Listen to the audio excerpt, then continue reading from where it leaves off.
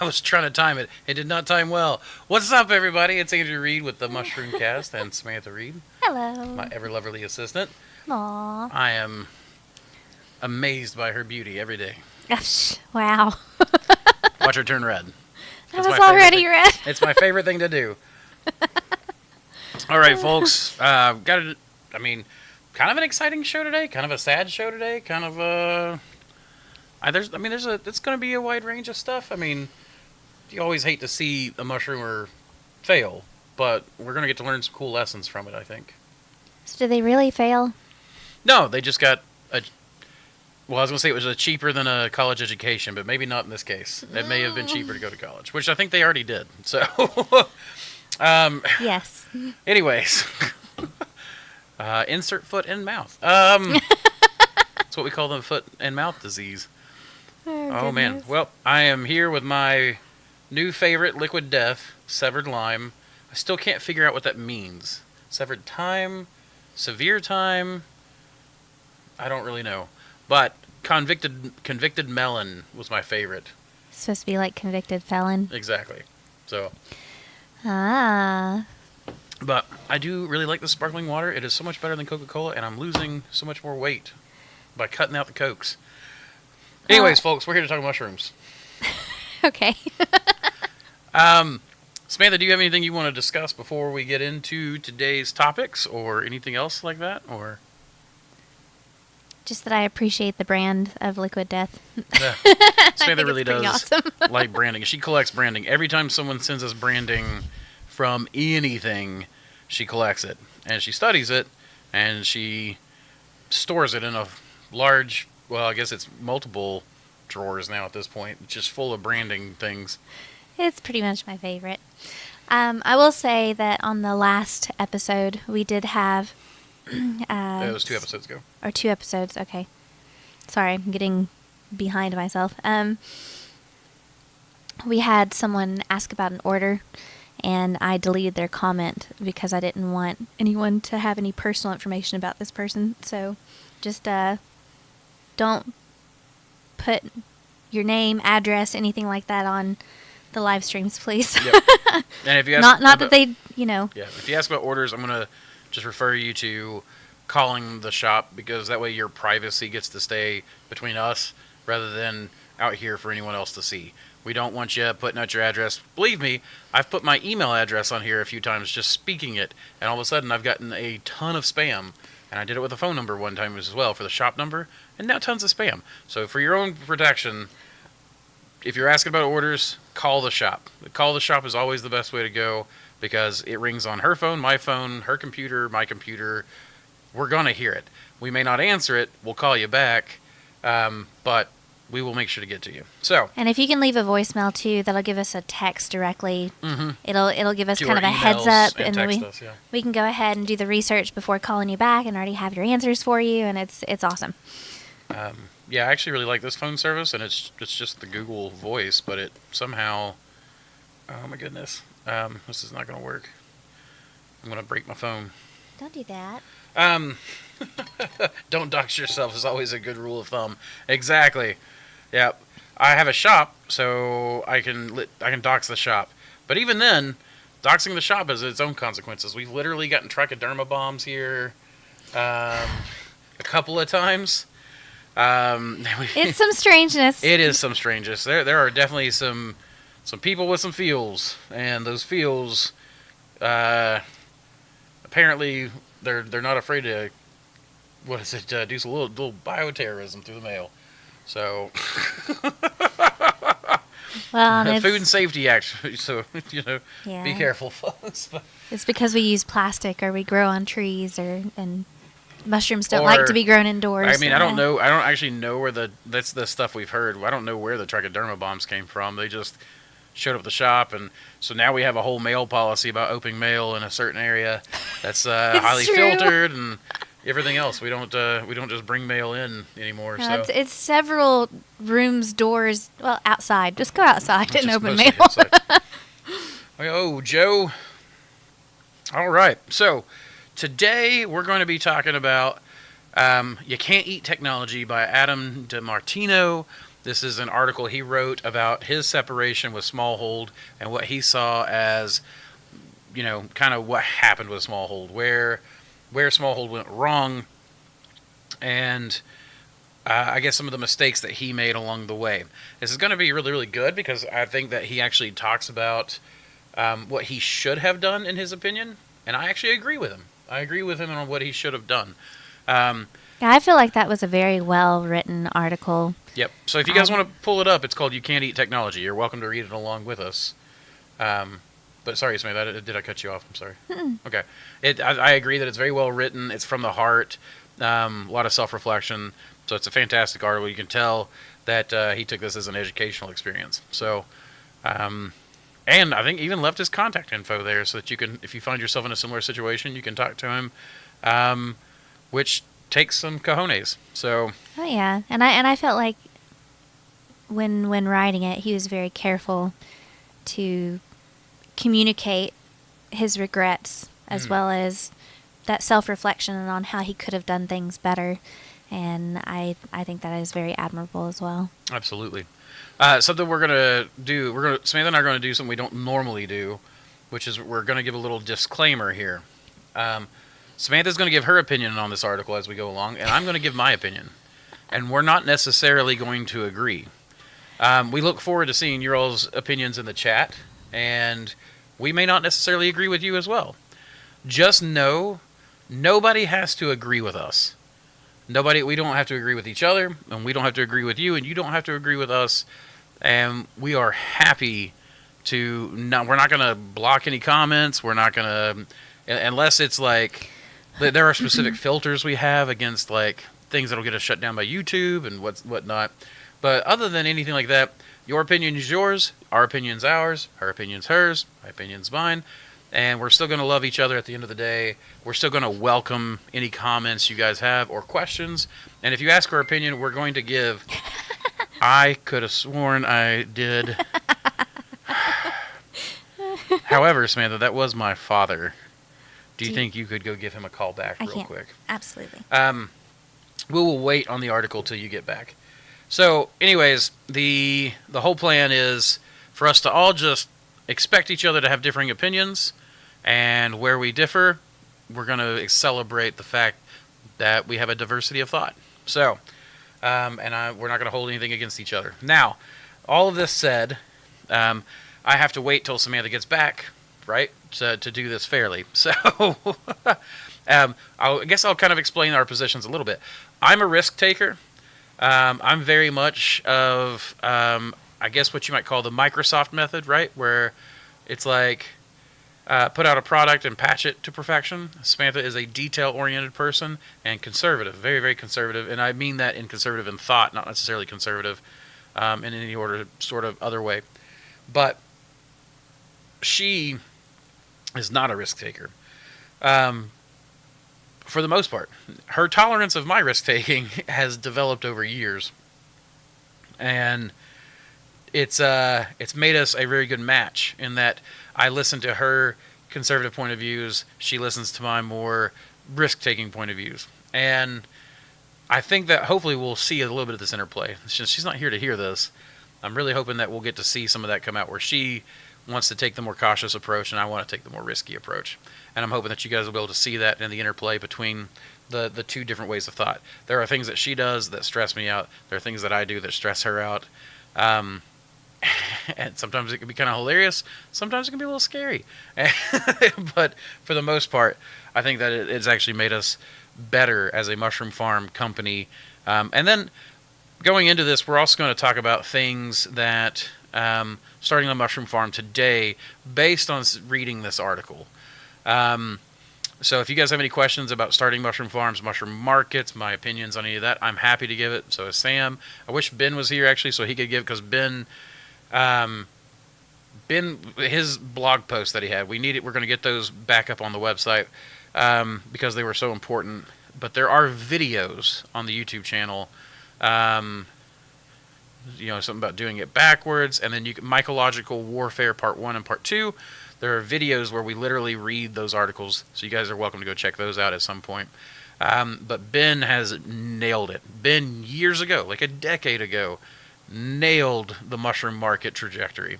So I really wish he was here because guy is really, really good at that. Hey, Woody. Hello from the U.S. to the U.K., your former colony. So, with all of this, one thing I will say that I'm really proud of is past week I harvested all the peppers. All of our we had 50 plants. We had 50 pepper plants, all of them growing in spent mushroom waste, our substrate. And check this out. I got, after all was said and done, almost 2 gallons of pepper sauce. So this is super exciting to me. I've never made fermented pepper sauce before, but I'm so excited to be able to do it. So we're doing a brine. I actually used from our mushroom extracts the water extracts, which is like a really, really, really concentrated mushroom broth. I used that as my water part of the base, and then I used beets and pickled beet vinegar as the vinegar part of the base. So, which is why you probably see the color. The color is so red. But I'm hoping that the mushrooms, beets, peppers. We also put some, onions and all kinds of seasonings in there. And I'm starting to see the airlocks, which this doesn't show the airlocks, but I'm starting to see the airlocks bubble away. So I'm very, very excited about this, to have a mushroom pepper sauce. And 2 gallons I'm hoping will be enough to last us all winter. So it certainly had a bite. I just put a handful of Scotch bonnets in there. And that one little handful of Scotch bonnets ended up making that pretty warm sauce. So I don't know if you guys like peppers, but I love peppers. And I've gotten really, really, really good at growing them and breeding them. So that's what we're working towards. Hopefully she will make it back soon. Let's see. Something else to go into then while she is here. Or while she's not here, sorry. Is, let's go through the dog food trial, shall we? This is to be fair, this is 2 experiments in one. This is an experimental oyster from the breeding program. It's RTBB1. It's basically Rocky Top bred to itself. And we already have a Rocky Top, so an RTBB1 squared is what it's labeled as, because I'm super creative. But this RTBB1 squared is the RTBB1 bred to itself, and that one has some very interesting traits that are showing up. This is just the first one, the not squared, but this is also, let's see if you can see it here, just that picture right there. The top 2 are the dog food bags, and the bottom 2 are 2 that are just our regular oak and oat mix. So the sorry, my contact's slipping. The dog food bags, the substrate's so much cheaper. It's just sawdust and a tiny little bit of dog food. I don't remember exactly how much. To a protein percentage of about 5% total weight. And then it's just a 12-pound block. So the dog food trials are going really, really well. They're producing really well. Everything good? Yeah. Okay. Sorry, we have a birthday party like right after the show, and it's over here. So there's a lot of moving parts going on with it. So I'm just talking. Huh?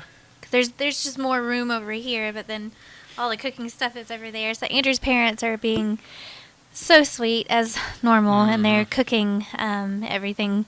Yeah, Mama went grocery shopping for me while I was working today. Yes. And our oldest turned 18 today, so he is an adult person.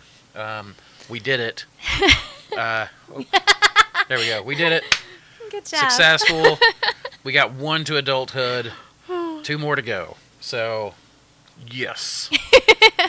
Anyways, this is an experimental oyster, but we did weigh all the parts out, so we do know which, the dog food bags versus the regular bags. And so it was kind of a couple of trials all in one. Those 2, like I said, on top are from the dog food trial, and the 2 below are just the regular oak and oat recipe. And for any chefs that are watching this that may be worried that you ended up with dog food mushrooms, I threw those suckers so far in the backfield, you won't even see them. That said, I wouldn't have a problem eating them. It's just protein. And it's been sterilized. However, Samantha's right. We did it as a trial. We did not sell it, as we don't normally. But Gordy asked, what kind of peppers? I got hundreds of big gem peppers from a dozen plants this year. That's cool. That is really cool. Our pepper sauce, we just blended all of our peppers together. We had sweet Scotch bonnets, hot Scotch bonnets. The hot Scotch bonnets were the only ones that I grew that were hot. Then, don't know who that is. Um, is it going to you too? I don't know. Okay. The um, the No. we had Zvarsky peppers, shishito peppers, habaneras, lasias. The lasias were the sweetest pepper I have ever had, and so they were super thick walled. Weren't quite as productive as I wanted. No, but those in taste definitely won my heart along with the Ashvarskis. Those two are by far my favorites now. Well, and the pimentos, but Yep. And then yeah, that's right. We grew pimentos. They're Ashe County pimentos, and then Melrose peppers, and which Melrose peppers have been a family favorite of ours for years. That was probably the first pepper we ever fell in love with outside of like the traditional bell pepper. the taste is awesome. But you do feel a bit gypped on the flesh because it's very, They're very thin. thin-walled. Yeah.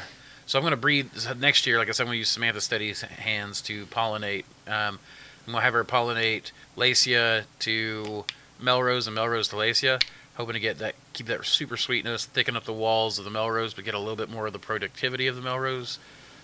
So hopefully we can combine some of these traits. What do you do with the fermented pepper sauce? Eat it. Eat it. Yeah, I mean, like, it's just. It's a hot sauce, right? Like a lot of hot sauces are brine fermented. We eat it in everything. Yeah, this will just get, I've got a friend that gave me some that's called Black Death. I put that on a bologna sandwich, for instance, like. We make sandwiches. We make soup, little hot sauce, chili, little hot sauce. Not me. Not Samantha. but Samantha everyone doesn't like else. even a little bit of heat, but Brody, Collier, and I, Hazelin even too a little bit, but the chicken and dumplings, hot sauce, like we basically hot sauce everything. Samantha made chili the other night, hot sauce and cornbread, all mixed in. So I will say we did have someone drop off some for us as well, and they love doing this, and they have the seeds, and they saw our peppers, and it struck a whole conversation. And yeah, he went home and made a bunch and came by and gifted it to us, and we're gonna do some clones and stuff for him. But like it was awesome. But he brought some green sauce. It's Verde. Verde. Yeah, I'll pronounce it right eventually. Did you live in Mexico with me? But I tend to lean toward the green sauces more than the really hot ones. Yeah, Or the Samantha sweet. doesn't like hot sauces like at all. I like the lime part of all that too. Just jerked my cord. Alrighty, so let's get into this a little bit, and then we'll get back to the chat. Window capture, bam. Okay, so I'm gonna. It's "You Can't Eat Technology" by Adam DiMartino. He wrote this August 23rd, or published August 23rd, 2024. So just a few months ago. I'm gonna skip the too long didn't read part because we're gonna read it. So, yeah, you know what? Let's just do the summary. My old company, Smallhold, raised a lot of money by branding a mushroom farm as a technology company to justify it. We built an extremely popular mushroom company and brand, but failed to make critical decisions at key moments to sustain the business. This led to a minority investor taking control and making necessary, but in my opinion, poorly executed cuts, which severely damaged the new category we created in a grocery retail and dismantled a circular economy business that provided living wages to farmers. We could have taken a slower, more sustainable growth path, but we chose the fast lane. You can reach out to me here if you or someone you know finds themselves in a similar situation. So just to go over that a little bit, this is something I've noticed. So just going off the summary, we'll dig into the details a little bit here in just a minute. The fast lane, I think, is what he really picked up on there that resonated with me. Yeah, it's on Medium. There you go. I've seen a lot of people rocket past us, whether that's a YouTube channel that blows up way past us. And I'm not saying that I'm the end-all, be-all, and that I can't do better, and that someone can't come, and do better than what I've done, and grow a channel much larger than mine. There are channels that are bigger than mine. I don't have a problem with that. there is a certain aspect you'll see though, where somebody will come out of nowhere, you've never heard of them, and then they just rocket to seeming success. And I've been guilty of being not being suspicious, being jelly, a little jelly, can we say? I've been a little jelly before, a little jelly, about like all this work I'm putting in, and I want to grow big too. But that's something Samantha and I have always said. Our board, all four of us, but the three that have met more often, Ben, Samantha, and myself, have always chosen to play the long game. There's an excellent article by Slow and steady. Yep, Venkatesh Rao of the Ribbon Farm, and if you don't read the Ribbon Farm, I would highly suggest a few articles, but the mediocre is one of them. And mediocre is basically talking about the playing the infinite game. You specialize too fast, and you've locked yourself into an ecosystem that could be disrupted. And if you specialized in that, then you don't have as much, pivot space. But mediocre, let's say, what survived the dinosaurs? It was a really crappy bird. Let's be honest. Like, the birds that existed, the avian dinosaurs, were not necessarily the extensive, body that we see, the diversity that we see of avian dinosaurs, of avians, birds. So what survived that cataclysm? A shitty bird. The mediocre bird. The mediocre thing. Well, there was a lot too that survived. There was nothing that was highly specialized at any point that really did. Well, what survived him eventually specifically well. Became us. Let's just say if we're I know not everybody likes the evolutionary talk, so we won't necessarily sit on this long, but the mammals. It was this little shrew-like creature that kind of did a little bit here and a little bit there, and it wasn't really that great at anything. Well, but it wasn't survived. Too big and it wasn't too small. Right. And it wasn't like too specialized. Now we've got a lot of hyper-specialized mammals. In fact, during the the Paleocene, we had a lot of megafauna that had really specialized to live in a cold world.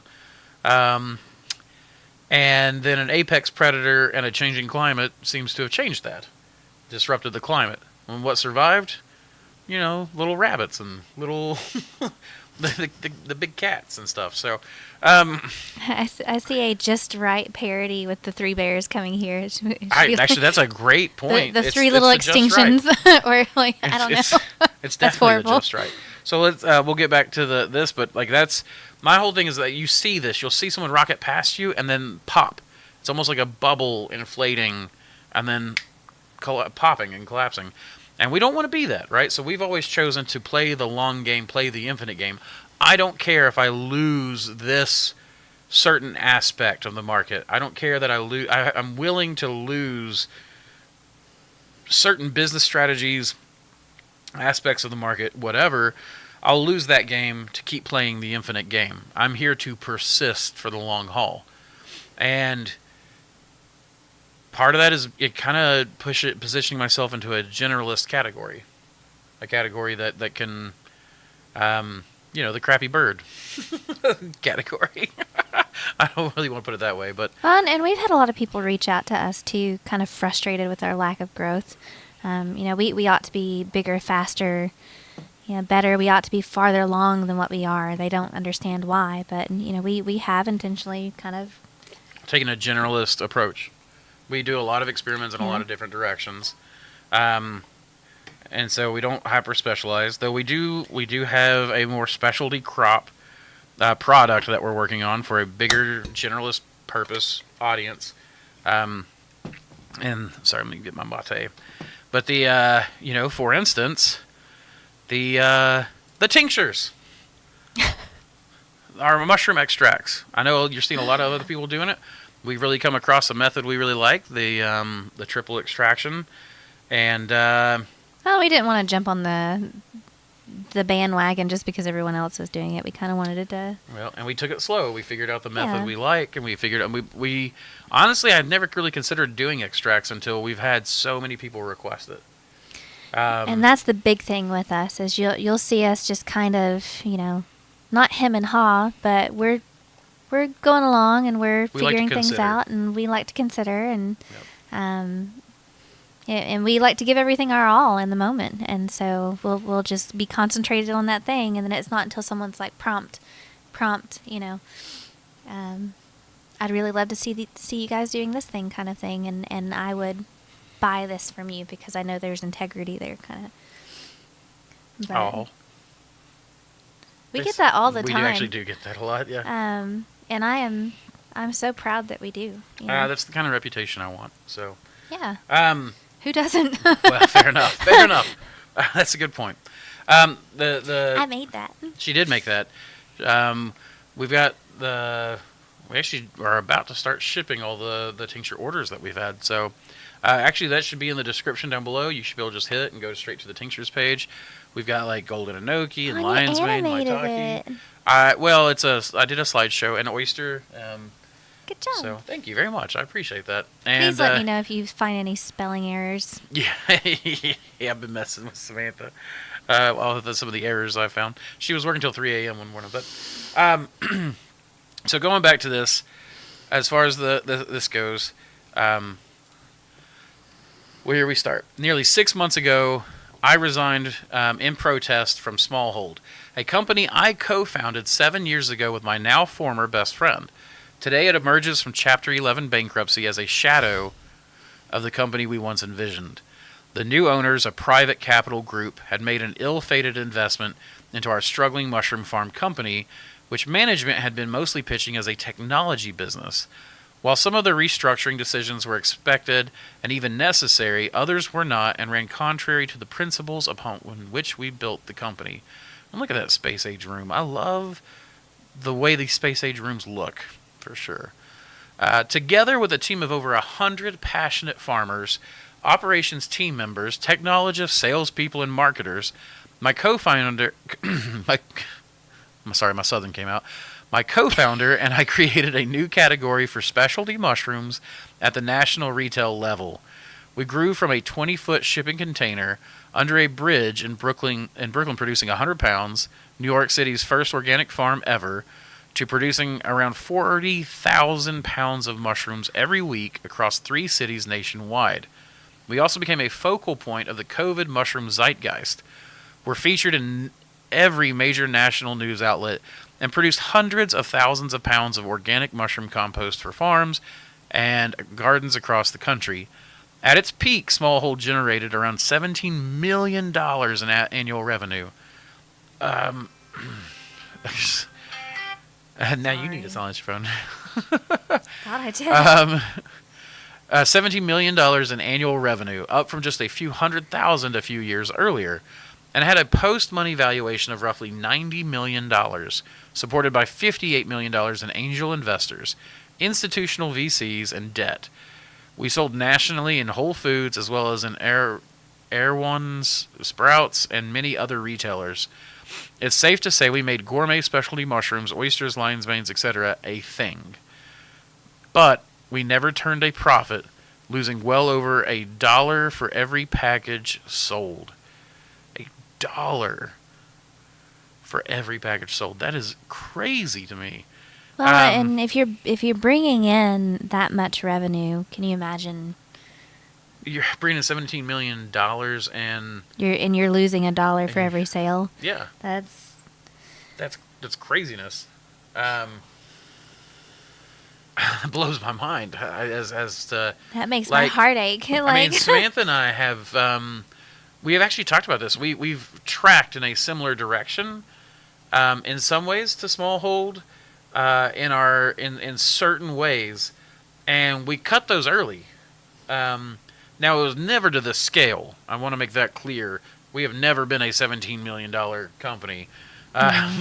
So that said, we did find that we grew too fast in some ways as well, and we'll get to that as he talks about that. But we've been like a tumbleweed in the wind, where we'll just pick up things, and if the wind isn't there, then we just kind of stop for a moment to ponder, and then something else will catch our sails, and then we'll tumble along on that, and then Oh, for sure. maybe is that a bad analogy? I don't know. I don't. Andrew's like, I don't know okay. where you're going with it. Sorry. Well, just that we didn't, we weren't. That's when we've been We picking just up weren't stuff as we a went along. fastball that was a hit out of the park. Oh, gotcha. Yeah, we're not a rocket ship, that's for sure. Yeah. We've not rocketed to fame and stardom. I started this YouTube channel 2017. We're now, 54,000 subscribers. It's taken a while to get there, to have an active and engaged audience. And even then, that's really what I've always been more concerned with was engagement more than however many subscribers I had.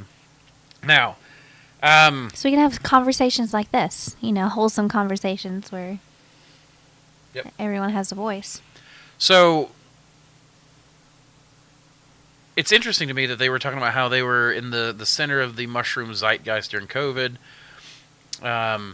They really pushed the gourmet mushroom in a lot of these everyday places, right? You didn't just go to the farmer's market and do all these other things. And they were kind of held up as a darling company. But it's interesting to me that they were a darling company that was losing $1 per package sold. Right? And I don't know how big their packages were. That's actually a very interesting thing. Let's see if we can see that real quick. I can't really tell. But judging on this, that looks like somewhere between a quarter to a half pound to me. How do you Looks feel? more like a half pound to me, in my Samantha opinion. says half pound. Okay. Maybe a pound. So let's just say it's a pound. You're losing $1 per pound. That's pretty considerable. That's a pretty considerable loss. $1 per pound.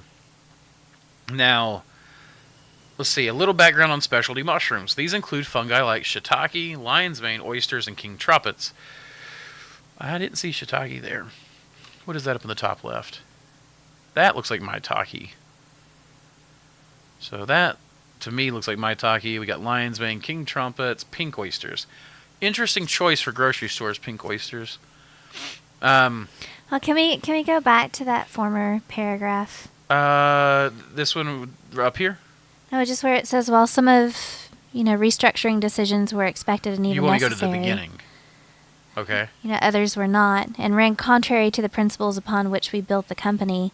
Can you imagine your own mushroom farm getting to that point where you have to file bankruptcy because you chose the fast lane, you chose to shoot for the stars, you chose to build this thing up with, all of your principles and everything else, just sitting in that moment for a second like that. Could you imagine if that was Mossy Creek, how you would feel on that, and that final paperwork of signing that bankruptcy, it's just. I've been told that I'm the kind of person that will cut my nose off or shoot myself in the foot if you tell me not to, and the stubbornness has kind of kept me from. I've been offered a lot of deals. Samantha knows this. Samantha and I both, we own equal parts of the company. We have been offered a lot of money. We've been offered before. Money. We've been offered shelter. We've been offered to be a captured agent.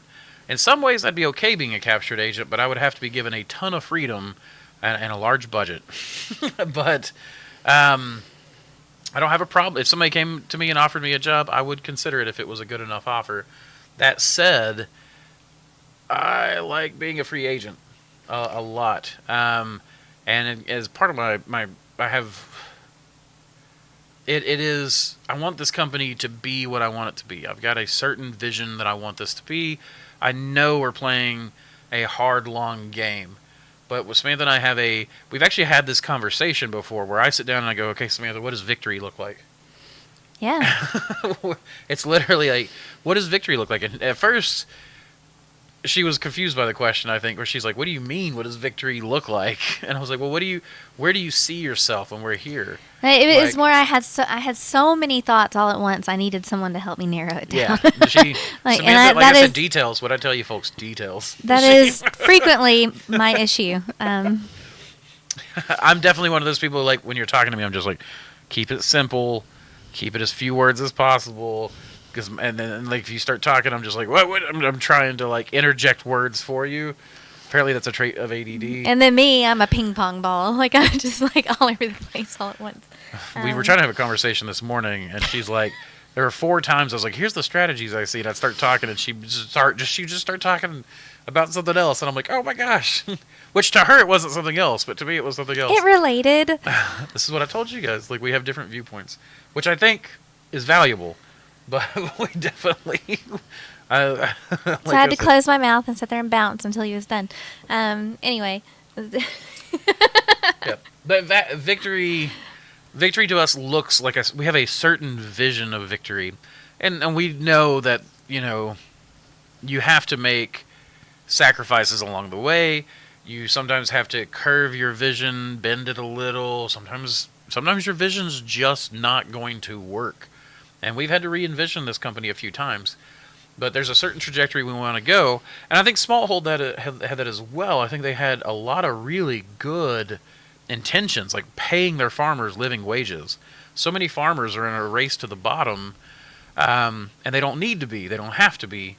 But so many of them operate out of fear, and that fear, I feel like, drives an unstable market for the farmer. Does that make sense? Yeah. Okay. I would say you could even argue that the lack of fear, the want to, that because sometimes you're like, okay, well, you're being too timid, or you're being too suspicious, or in reference to me, you're you're overthinking it, or we just need to move forward, kind of thing, and I'm over there nitpicking every little possibility of failure, which sometimes the overconfidence can be the downfall too. For sure. Roger that. But and at the end of that, it said ran contrary to the principles upon which we built the company. Sometimes I can be a bit. Andrew and I both can be a bit too noble. It's hard to make those difficult choices sometimes, and you do feel like a failure if you have to.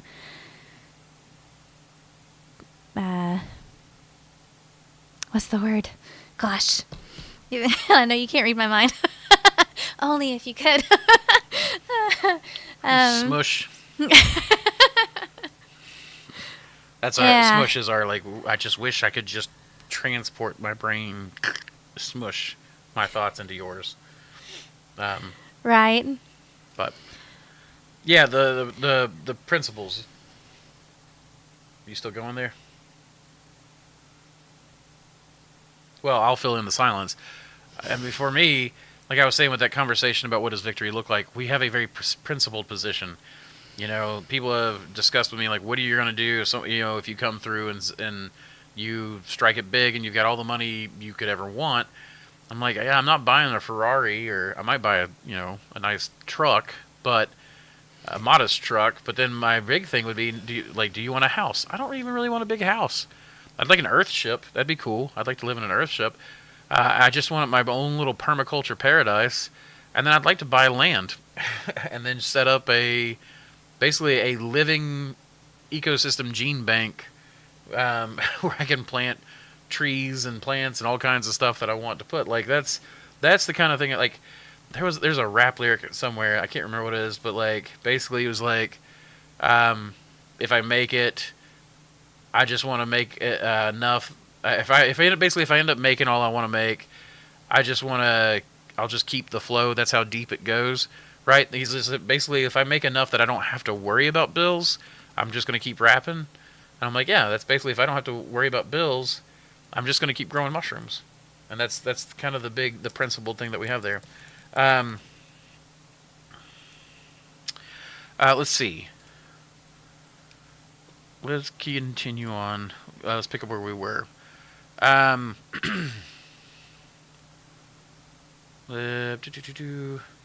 These include fungi like shiitake, lion's mane, oysters, and king chocolates. For the past century, national U.S. grocery stores only stocked white button mushrooms, which are grown and sold as a commodity, mostly by a few large companies. Specialty mushrooms, though, have a short shelf life and require different growing, shipping, and merchandising conditions. Smallhold launched 7 new products simultaneously while building the necessary supply chain and farming infrastructure on a national scale in under 3 years. It was an exhilarating journey, but we spent an enormous amount of money. He continues, since I resigned on Valentine's Day 2024, I've had the privilege of speaking with many of my former team members, vendors, producers, and other farmers who are at various stages of creating their own mushroom farms or related businesses. While Smallhold created significant value by shipping millions of pounds of waste-neutral organic produce, much of which went into the offset American meat consumption, it also left a gaping hole when the new owners took it to bankruptcy shortly after I quit. I don't really have anything to add to that. Do you, Samantha? Okay. At first, when the new investors bought out our majority shareholder and took control of the company, I was supportive.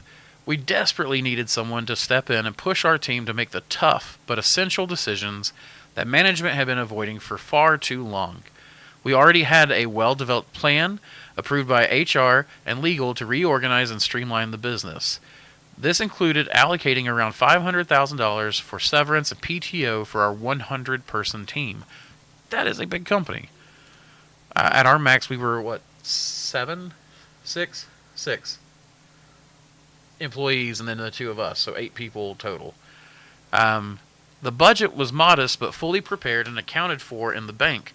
Our approach was clear. We were burning about $1 million. Oh my gosh. Holy crap. $1 million a month. Or $250,000 a week. A month? A month. $1 million a month and $250,000 a week. Oh my gosh, that makes me sick to my stomach. Oh. Yeah, I was upset. I was upset that a mistake that I made. So I made a hiring mistake like 2022 or so. That cost me about $6,000. And that made me sick. $250,000 a week would be. Oh, we lost strains in the process, and I would have else. I would have effects a heart that attack. Cascaded down. Oh, sorry guys. I just realized I whistled on the mic. Torture. Yeah, that.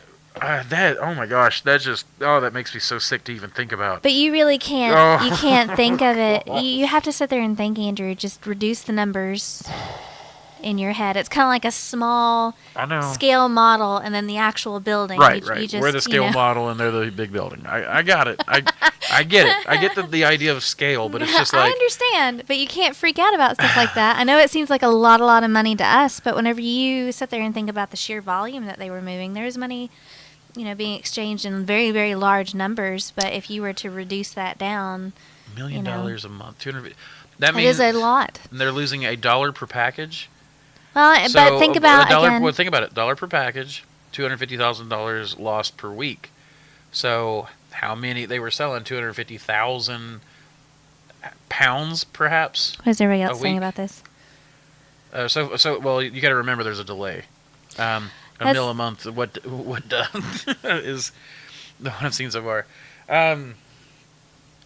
I'm ruminating about every bit of this, and then seeing and reading some of everyone else's responses as well. Like it's this. I think we all feel pretty strongly about the amount of money that was being spent just in a such a short amount of time. I guess we should go back and do some questions, shouldn't we? Well, I wouldn't wait until the end because it may have lost its spark and point of reference. Let's go to the questions. We'll go to the questions. We'll continue. Thankfully, people have it seems like been listening for the most part. But hello, Adrian Smith. I have issues with black pearl and mutations and fuzzy caps. Is it normal? Kinda. That strain seems like it's always trying to rip itself apart. The best thing to do is get a refresh strain. So, Martin, I don't know if you got it from us or if you got it from someone else. If you got it from someone else, I can't tell you how they've done it. If you got it from us a while ago, in the past year or so, we have updated ours from the cold storage bank. We've actually found a vial from 2019 and revived that, and that brought it all of a sudden our black pearls are so much more reliable than what they were. So we're just keeping that culture as close to the original as possible. So we've made backups on backups on backups and stuff with that one. That one just seems like it's constantly trying to tear itself apart. It could be a humidity problem though too, because humidity exacerbates it. High amounts of nitrogen exacerbates it. So, what are your considerations when selling volume versus weight to restaurants? These days, we're now selling by weight. I always preferred volume. Volume was the best way to go.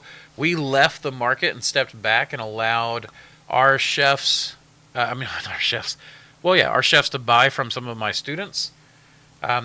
People who we now either supply or taught mentorships to or whatever back in the day. And we kind of seeded from the fresh mushroom market. We're kind of back into it now, but we sell to a distributor primarily. We have a couple of restaurants that we sell to directly, but for the most part, it's to a distributor.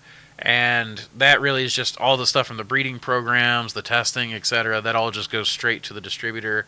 I don't make a ton of money off fresh mushrooms. We make about half as much. We make about half as much off fresh mushrooms as what we used to, but that's because I really just don't want the breeding program, the testing program, to be a drain on the system. So we make a little bit of money. We make back our money and then a little bit more.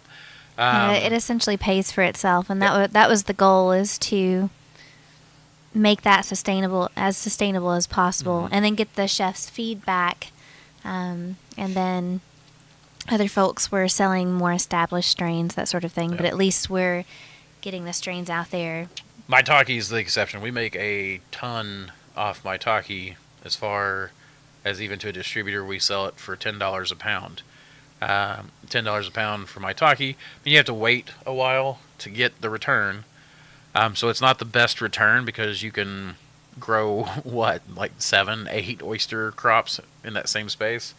But for the testing considerations, behind us we got like look at that. That is all Maitake growing in that bag.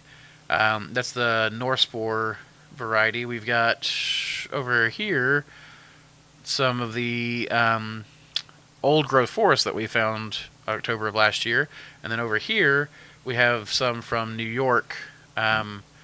Sorry, I guess I was just pointing at your head. From a couple of strains from New York that were sent to us. Boop.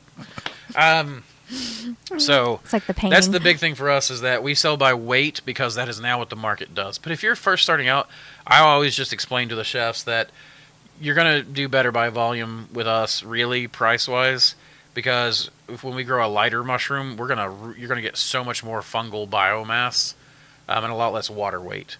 If you buy by weight, certain people are tempted to pump up their humidity, get blotch, spray the blotch with bleach, spray the mushrooms directly, and some of the bigger guys I know do this, or have done it in the past. Maybe they don't do it anymore since they don't grow kings anymore. But spray it with bleach to bleach the brown away and to kill the surface bacteria.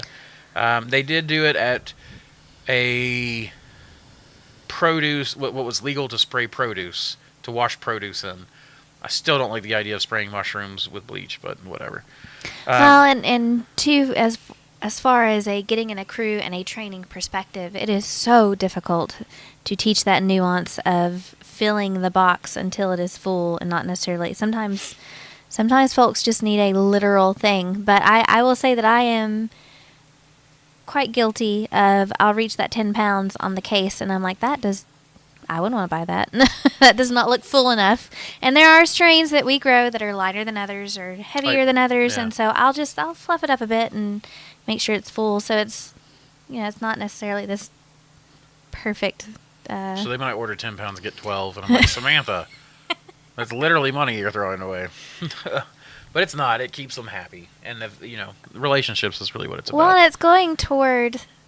It's feeding someone for one, and then, which I have a special attachment to, and then on top of that, it looks good. It's a good reflection, and then they have a bit more to give feedback with. Sure, absolutely. Okay, which species would you start if starting? Which species would you start with if starting now with the knowledge that you have? Minimum equipment you'd suggest. Austin Workman, I watch your lessons since 2021. Thank you, Aro. My opinion, would be if you go into a market and there isn't already this niche full, right? So this is one of the considerations. If this niche is not full, oysters. Oysters are the easiest one to start with. They're the easiest one to pump out. They're one of the quickest turnarounds, which means your crop velocity is really high. Your inputs versus outputs, like your inputs are tiny financially compared to, you know, the revenue that you get to generate in the profit rather, which is more important than the revenue. Now, minimum equipment for a production op. I mean, people can bootstrap it with a lot less, but I would say I would want a small autoclave for grain spawn production. I would want a HEPA filter, and I would want a larger autoclave for like a 150 liter autoclave would be great for a small to medium sized op, for just churning out sterilized blocks. If you're going to start growing much larger, it's a lot cheaper to start with a super pasteurizer, ultra pasteurizer, whatever. I think it's super pasteurization. But anyways, the which is just atmospheric steam. So you have a boiler and then a container where you can just steam the blocks for like 24 to 36 hours. And then you can do, we'll do like 120 12-pound blocks in our pasteurizer. Now we have a 150 liter autoclave. We pretty much just run that twice a day to produce our blocks, and we have found that to be a lot better. Blue Myco, I think, is now more considerably affordable, but I haven't tried the Blue Myco units yet. They are wanting me to get one, and I want to get one, but we just haven't done it yet. That said, I've heard from a lot of people that the issues that they used to have with Blue Mycos are very different now. That they've changed with the change in ownership of the company. All of this said, we deal with our 150 liter autoclave, and you can buy 2 or 3 of those for like the price of one small Blue Myco and just churn out blocks. So, and then that way you can ratchet it up. You can buy one, make money off of it, buy a second one, make money off those 2, buy 2 more, and so on and so on. Can we call it the super ultra pasteurizer? The super ultra pasteurizer. That way you can walk by it and go, sup. But Ben and I call it the hellhole, but that works too. Oh gosh! And then there was a second something I was. If you think about it, let me know. I like a lot of channels out there, and Mossy Creek is at the top for many reasons. Thank you, Joe. I'm still growing for fun and to learn with hopes of selling very soon. I'm taking the slow approach so I can make mistakes without any major repercussions. That's something I talk about is like, let's just learn on the cheap and then grow. And then you can get an income for cheaper than college. What? And that's, Andrew and I made a promise to each other long ago that we would make mistakes in a smaller, ball of mistakes, and then kind of learn our lessons on a small scale and then work our way from there. And then also not to spend our money on something way bigger unless we had something smaller that could help pay for that level up, if that makes sense. Mm-hmm. Absolutely. I'm not sure what Big Oof is. I must have said something. It's probably whenever I went off in La La Land and forgot what I was saying. I'm there. Your integrity does rock. Thank you so much for all you share. Absolutely, Kathy. Thank you. Ed Grand, welcome, man. I lowered my expectations from life and people years ago. That way I'm not disappointed. I now strive for mediocrity. It makes life a lot more enjoyable. In a way that makes me so sad. Look at her, she's sad. But I agree. I often kind of do this where I'm just like, where I manage my expectations. It's it's from Star Trek. I don't know why, but this reminds me of ER. They take in Star Trek: The Next Generation. They find Scotty from the original series, who's crash landed, uploaded his pattern into one of those teleportation devices, and just recycled it, so he gets to live for a way long time. He then comes out of it, and he's looking around, and he's talking to Geordi, the engineer, and the captain asks Geordi, "How long is it going to take to fix this?" And then Scotty was like, Geordi says 5 hours, and he's like, Scotty turns around and goes, "How long will it really take?" And Geordi's like, 5 hours. And he went, "You didn't tell him how long it's actually going to take, did you? And he's like, "Well, yes." And he's like, "Don't do that. You tell them it's going to take longer than it's actually going to take. That way, you look like a miracle worker when you pull it off. And I'm like, that's great.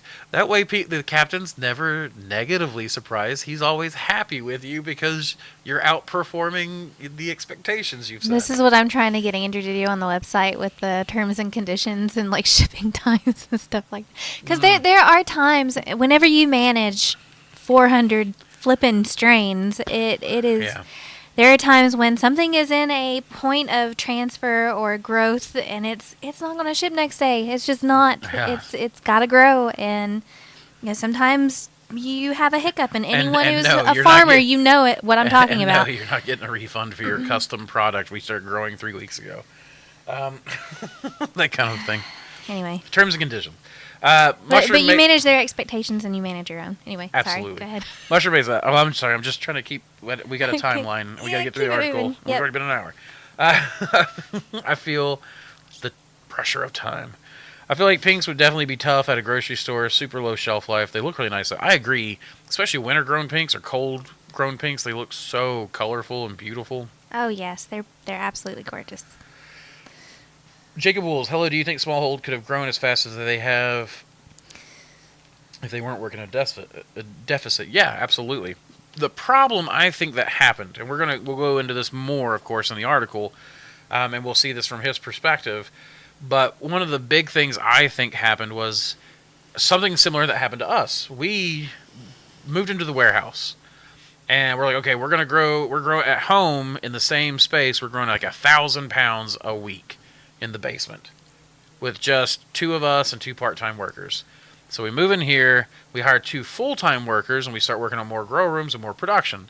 Then we hire 2 more people to come in and help with it, 2 more full-timers. Then we hire my son, right? So now you've got 5 people, and then we hire lab techs. Now we got 6 people. Then you have us too, right? So there's 6, 7, 8 people here. And for some reason, each grow room was going way down in efficiency. And we would find mistakes being made and all this kind of stuff, but we tried to grow from 1,000 to like 3,000 pounds quick. And we tried to balloon it up, and we tried to hire all the people at the same time, and we didn't train them slow and steady. And everyone remembers Jackie. Everyone loves Jackie. Jackie held this place together for a lot of stuff. And then Tristan was a very steady worker. And basically had everyone's back. And yeah, I mean, if we would have grown, like I would be the mushroom kingpin of the Southeast if we had been able to follow the trajectory that we planned. But I quickly found out, A, I'm not interested in managing a bunch of people. B, I was having a lot of stress with it. And then C, we were never able to recapture the same efficiencies. We had efficiencies of scale. So like all of a sudden our supplies would be cheaper, but we were never able to get our crew to produce the same that so many owners do. And part of that was we learned that people just, when you go to employees, they just don't work like owners necessarily. Every now and then you'll find one. But that scaling up really quickly, you don't get the same efficiencies. So, there's the labor considerations, but then there's also like the hidden cost that you don't realize that's gonna sneak up on you. Larger environment. You also have to learn how to grow and manage a supply chain for a lot more mushrooms coming. So more supplies coming in, more supplies being processed, more mushrooms being grown, more mushrooms to cool and store, more mushrooms to deliver. Each one of these steps has to be solved. It And becomes they all a have to be snowball. solved almost immediately. Yeah. And so sometimes you put a Band-Aid solution on something. We also, I feel like we had, the 3 of us, Ben, Samantha, and I, had a certain budget set aside. And when we talked about it, amongst ourselves, we decided not to build a space-age facility like you see a lot of other people doing because we were moving in here during COVID. So we really just decided we were going to reserve some of that cash back. And we needed it during the early stages of COVID. We were glad that we did because we actually took a few lumps. We never took any of the paid partnership programs. We never The government never gave us any money to help with the employees. We never asked for it. It was really important to us to, so maybe we should have asked for some of those things. Maybe we shouldn't have. Maybe we did the right thing. But we definitely kind of grew too fast in a way that I was unfamiliar with and had to learn on the fly at a time whenever we were already tired from pushing on our own. And then we didn't want to have to deal with interpersonal drama considerations of employees or trying to, that kind of, like, manage a crew. It just ended up being something that we were not. The company turned into something we weren't in love with. So that's why we kind of came back and became more generalist. And of course, about during the 2020, our income flipped to being more online. And I prefer this. I prefer this style of communication. I prefer putting packages together and shipping them out. I prefer that USPS, FedEx, UPS all come to us. Small parcel goes out. We've done block sales. We were selling hundreds and hundreds and hundreds, if not thousands, of blocks a month to people and shipping them out all over the place. That said, that was not a business I enjoyed. I did not enjoy that business. So that grew in a way that I didn't really care for. So do I think they could have made it without the deficit? Well, yeah. I mean, that was one of the big problems. Did they have the skills to grow it without the deficit at that time? I don't think they did. And I didn't either, at my own growth stage, which was infinitesimally small compared to, we're talking 6 employees to their 100. So, and you saw that's the hemorrhage starts. When they started hemorrhaging money, that became a big problem. You can't hemorrhage money like that. You have to find a way to stop the bleeding, which is what this new investor was trying to do, was stop the bleeding.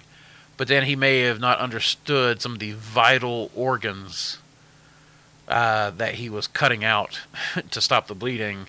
Making the hard-hitting cuts that went against, the original principles. To quote the article itself, that was something that I was really, that specific sentence hit me pretty hard and influenced me. Absolutely. And I sit there and think, just like you said, all the things that we went through with those growing pains with more sales, more production in order to meet that, and then bringing in more people, and that's a fine-tuned thing whenever you have individuals that really enjoy working together and you bring in 2-3 more and you're still kind of learning them, learning their personalities. And it's one thing to go in and have a standard operation procedure and, you pick a case to this standard and so on and so forth. And, having individuals that don't take that pride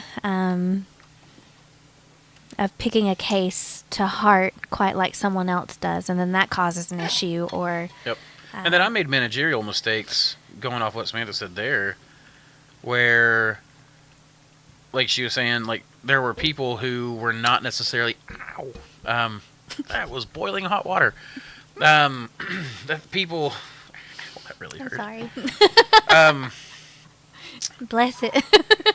But there were people, and Samantha would come to me and say, I've got this problem with this person, we should fire them. And I'm like, no, we need bodies and to keep the cycle going. And I don't have time to hire someone right now. Yeah, don't come into work high. Don't come into work drunk. Don't, yeah, bad idea. And I was just like, we have to find a way, people who own a factory, they have to find a way to deal with less than desirable individuals in their system. And I'm now more the concept of Samantha, which is fire fast, hire slow, grow slow, and if someone's not a team player, I cutthroat now. Because I learned that lesson. I mean, like that lesson I told you, it cost me about $6,000 back then.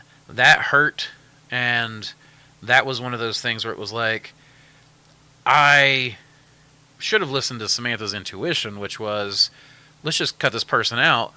Things will work so much smoother once we get this person who is dragging the team down. They were actually dragging on the team rather than pushing the team, right? And we did have a small crew, like a small core, that really were pushing hard, and then a crew that was kind of the newer hires or whatever that didn't have that same level of team play. Didn't really care to pick the box to the standard. Would allow things. We actually lost a chef. We lost a chef to the point that Someone he's put not bought new mushrooms on top of old the old mushrooms. mushrooms. And we opened the box. We looked at the top and didn't really look at the whole thing, trusting the team. Took them up there. We lost that chef and never got him again. Even now, he won't buy mushrooms from us. And understandably, I wouldn't either. I wouldn't want that either. Yeah. So but, I mean, it's. Oh, go ahead. And this isn't in the article. He doesn't sit there and say, "Hey, we had these issues." But I'm just sitting there thinking, we're small, and this was one of the things that impacted us the most. As far as sales, as far as everything. And you look at that picture on the article on the shelf. Like it's just gorgeous all across the board. So it goes to show that you can have everything running, and I'm sure they probably had issues somewhere somehow. Everyone does. I've worked for very, very large corporations where there's always something, but you can have things going smoothly and still have a devastating consequence. Anyway, I just want to put that out there. Okay. Sorry for the smack. I don't know what that was. It's all right. It was loud in my ear, and so therefore everyone else's, but it'll be okay. Could you shout out the peeps who made your neon sign? I don't know who made it. We wish we knew. That was a gift. That was a gift to us from another mushroom farm. Actually, one of the farms we were supplying blocks to, and actually the same people that we got. Oh, that strain. The sitting behind, they sent that into the Mycology as well. I have no idea who made it. I wish I could tell you who did. I never did check the back of the sign's clear. The sign's clear, so we would see. I don't know. I wish I could. It's not real neon. It's the LED neon, but it still would have been an expensive gift, and we're very appreciative of it. But let's get back to the article because we got a lot to go through still. And like 50 minutes to do it, plus all the other stuff that we were going to talk about, answering your questions and stuff. So I'm going to start pushing things to simpler, faster answers to get through. So anyways, we were burning about $1 million a month or $250,000 a week. A plan was made with roughly 6 months foresight to reduce the workforce, cut unnecessary technology expenses, close our half-empty 36,000 square foot farm in LA, and slash our $30,000 a month headquarters office costs, while taking the company to a special type, subchapter 5 of chapter 11, bankruptcy, specifically designed to support small businesses. If we did things quickly and efficiently, we could use 2 weeks, $500,000 of our newly neutralized burn to treat our team fairly on their way out. This last part didn't happen. Here's a photo. By growing mushrooms in communities around the country, we're helping people reconnect with their food, environment, and farmers. Right? That was the idea. That was the principle. That's such a beautiful idea, too. It is. And super glorious. Did you have more that you wanted? No, just like that's what I want to do. I think that's what most of us want to do. I want to be a part of the food economy. I want to fill people with nutritious things, medicinal things. Yeah, I get it. And to inspire others to, to do that as well. Yep. The entire team was keenly aware that Smallhold's path wasn't tenable. We had for months been holding weekly meetings with both leadership and the board in which we repeatedly missed most of our capacity and margin targets. See, there we go. That was that they weren't growing enough. They weren't getting their it was the same thing we were talking about for us on a smaller scale. When we grew too quickly, you lose these capacity and margin targets. We'd been under tight budget restriction on and off for 2 years, and there was no sign of it easing up. It was obvious to everyone, regardless of their involvement in management decisions, that action was needed. But none came. Still, we were setting up interviews for glowing segments in major outlets such as Martha Stewart Cooks and NPR's Marketplace like nothing was wrong. Eventually, our crew found out about the changes, but not through any official announcement. Instead, one day the LA farm team's work supplies just didn't arrive. It was a mess. See, there we go. I was discussing that a little bit earlier as well. sometimes these people rocket past you and it looks like everything's going great. You're on Instagram, you're doom scrolling, you're looking at all these people. They've already started their farm years ago, or they did this thing, or they're in your town, and everything looks glorious.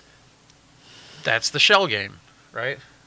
That's the shell game of the online stuff. That's why I try to be as authentic as possible, because I want to give you guys an authentic look. So much so that I know it hurts my own growth. I get so many negative comments on that video where I showed that I made a banking error and lost thousands of dollars from the banking error.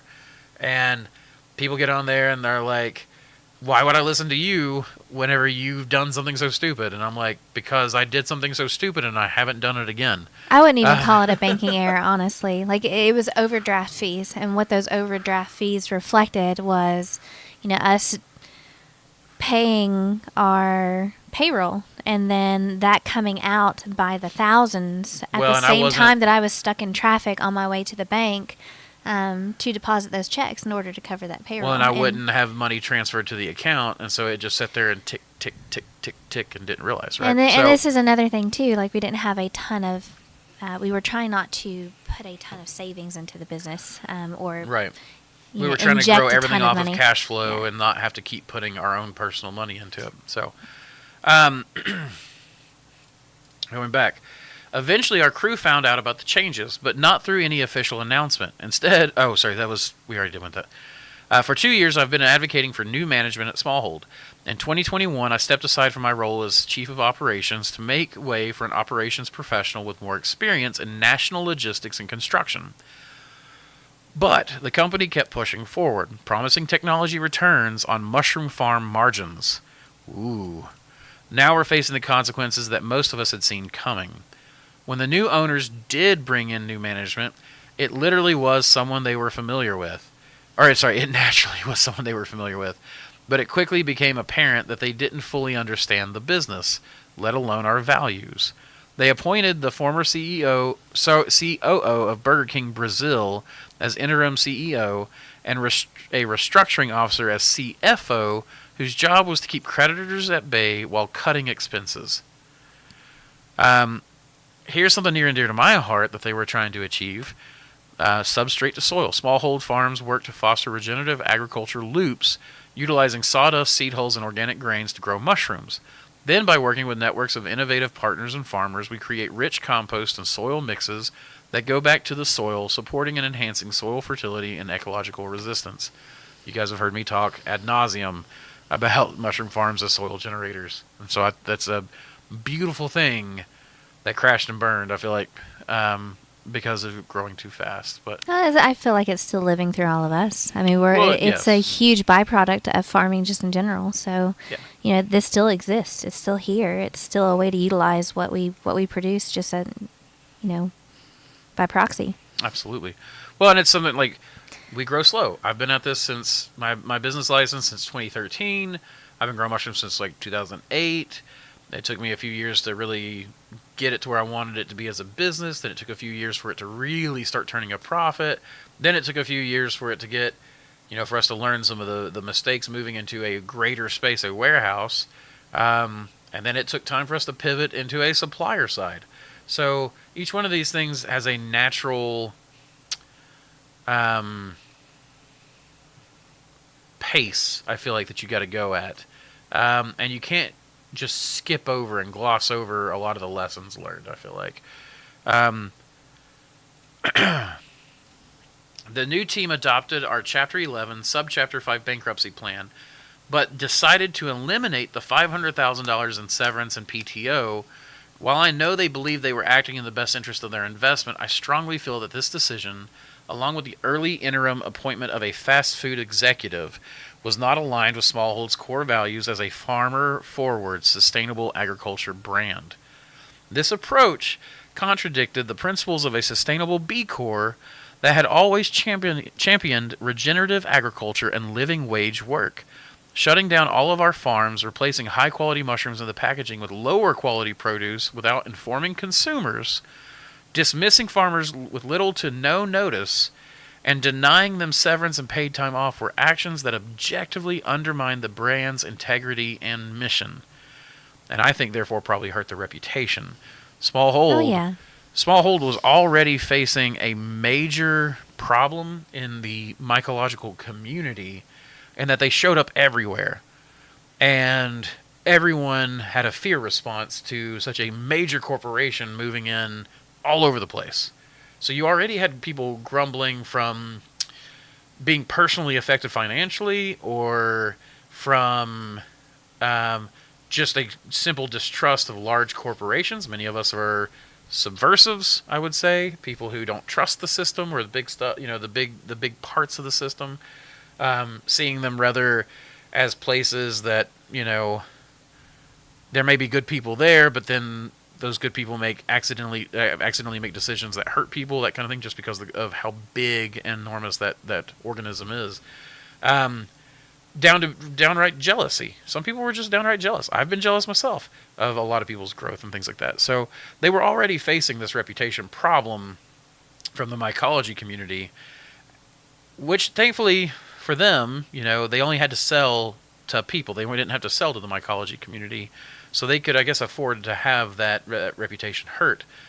But then came the stronger blows, and then the decisions that further hurt their reputation on a wider scale, or with anyone who would have worked with them. People who had know-how didn't want to work with them, that kind of stuff. So I think that ended up hurting on a reputation.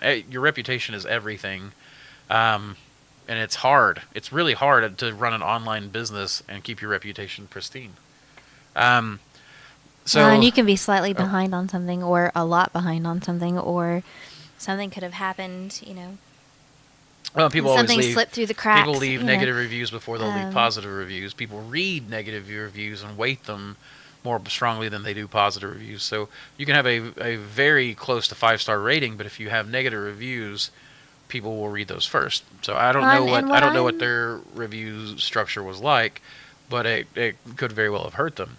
We've worked really hard. We have negative reviews on our Google page, but we have a pretty high rating because we do try to work really hard to garner a good reputation. And thankfully, we seem like we've kept one. People continually tell us about how authentic they feel we are, and etc. So, which is exactly what we're trying to do. Did you have something to add? I feel like this entire article is, this wasn't me. This isn't me. This isn't what I started this for. This isn't how I wanted things to go. This isn't. You're saying that's what he's saying. Well, yeah, and if I'm to be honest, if I'm reading it and I'm putting myself in his shoes, and I sit there and I put Mossy Creek mushrooms in the place of Smallhold, like I could absolutely, bringing in a more experienced senior crew that has, a lot of dealings with situations like this, and then they go with decisions that are kind of the run of the mill for larger corporations, for that it's just, golly, it's just that is just so heartbreaking. And it is. I mean, especially so you build this thing, it grows so large. Your baby, I mean, we've got a baby that's got a birthday today, right? And he's now an adult. He made it, or at least past the point of being fully my responsibility, though we're not just going to, kick the baby bird out. But it's one of those things where it's like, this business was literally their baby. And apparently he said former best friend. So apparently it hurt a friendship, a best friendship. It hurt a lot of the initial investors. It hurt the secondary investors. It hurt him.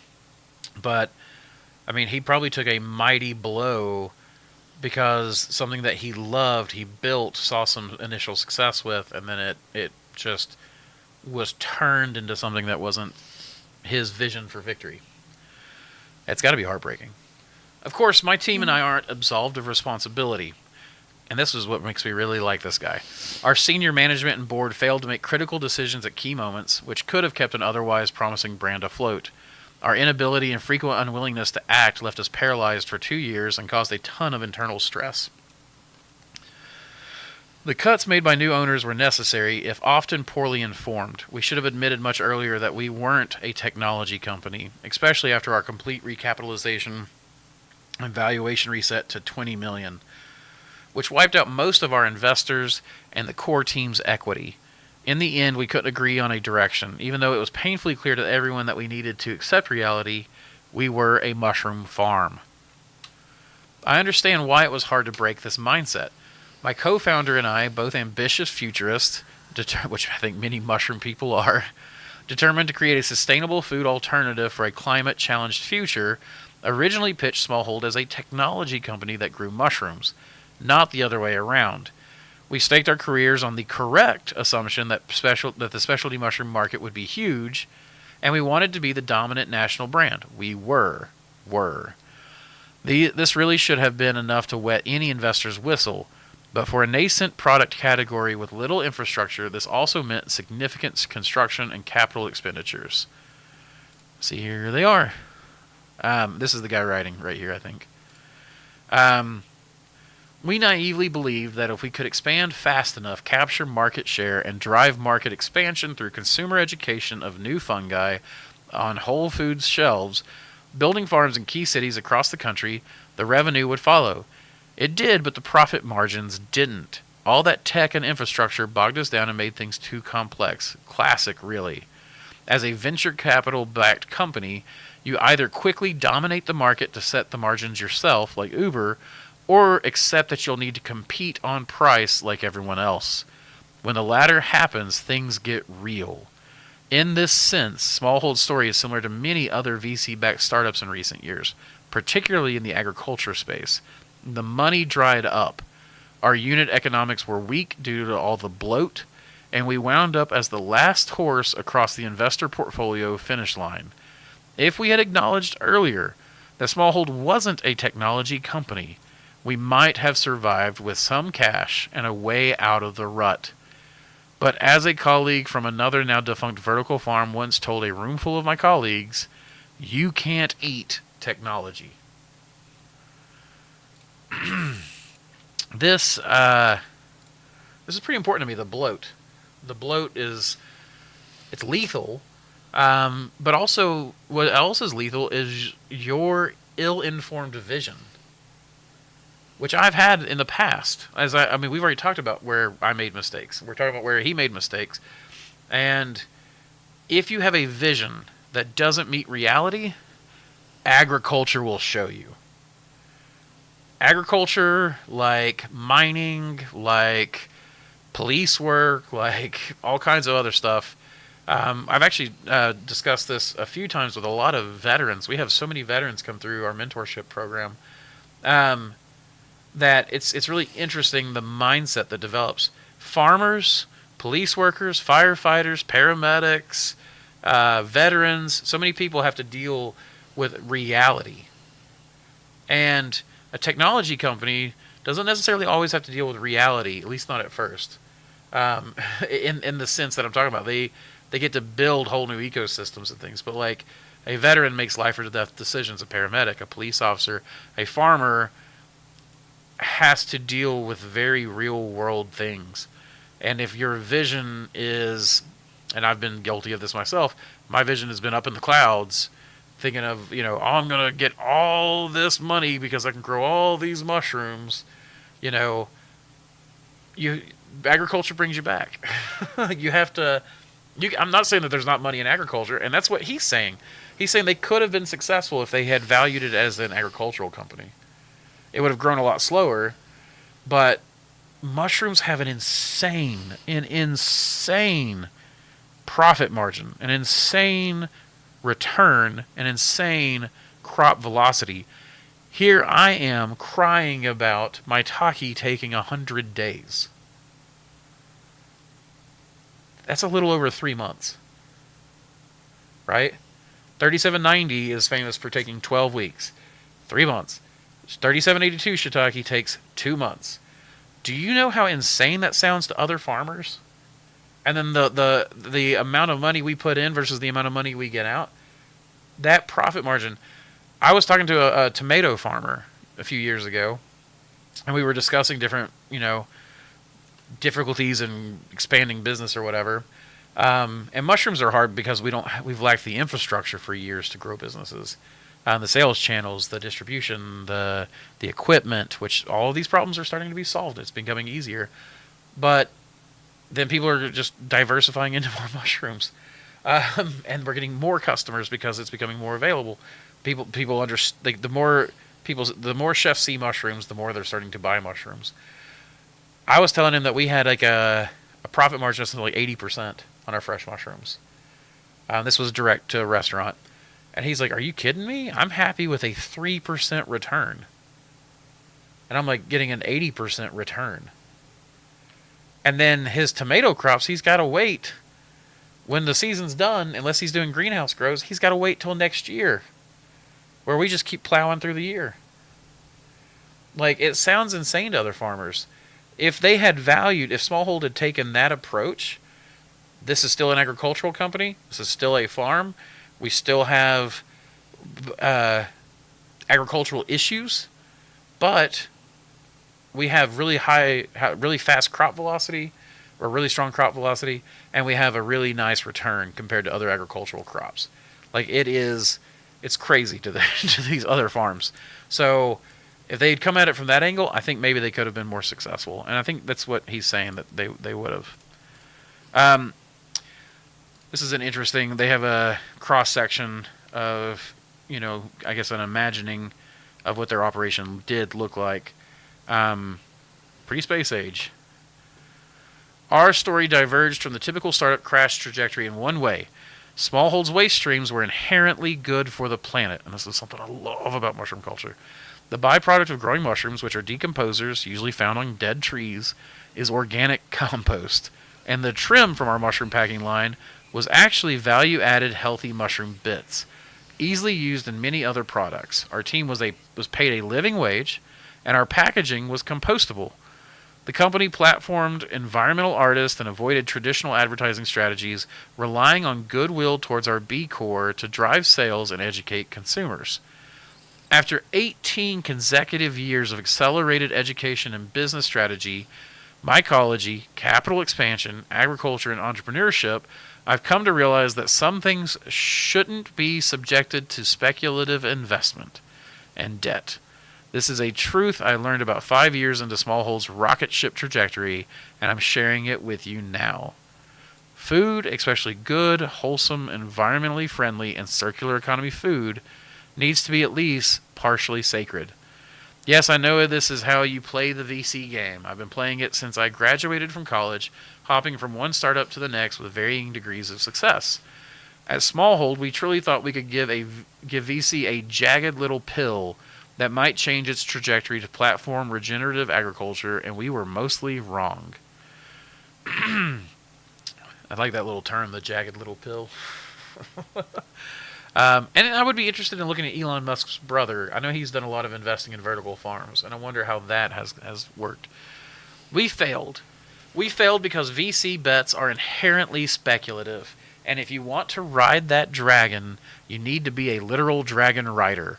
I couldn't ride the VC dragon. Neither could my co-founder, at least not then. And that's okay. You see, we absolutely need to drive innovation, and venture capital is a powerful tool for that in the right markets. But when the bust cycle hits, which is always more extreme with VC, venture capital, the people who suffer most are often those who matter most. For example, farm workers are left jobless by distant investors seeking to salvage some return on their investment. Consumers are left with higher prices and less access to healthy food, such as organic mushrooms. Smallhold now fills their clamshells with mushrooms shipped too far to stay fresh.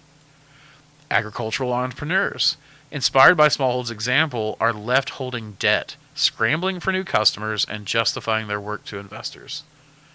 And Samantha, if I'm going too fast and you want to add anything, please you're welcome to stop me. But third parties who supplied Smallhold, some of whom continued to do so post-bankruptcy, despite failing to receive payment for delivered products, are left taking financial hits, many of them being farmers as well. So with that in mind, what if we reset our expectations for impact investment in agriculture? Now, I will say that where he goes in this direction, I have some feels about. And these haven't been fully thought out before this episode, so I might have to think some of these on the fly. Yeah, you're definitely getting a live reaction. Yep, a live reaction for both of us. Like, you can actually tell Samantha's actually gone down in energy because she's feeling so sad for these guys. Well, and in part. whenever I'm digesting stuff like this, I tend to ruminate quite a bit, and I'll read it and read it again, and I'll start going off into rabbit holes. Like I just went, they were talking about technology and being, making that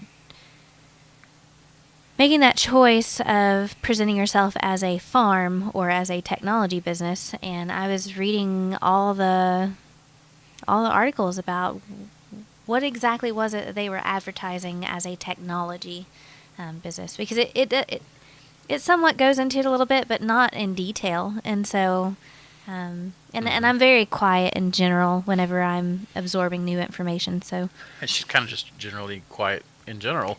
This show is actually an exercise for her. Andrew forces me. I don't force you.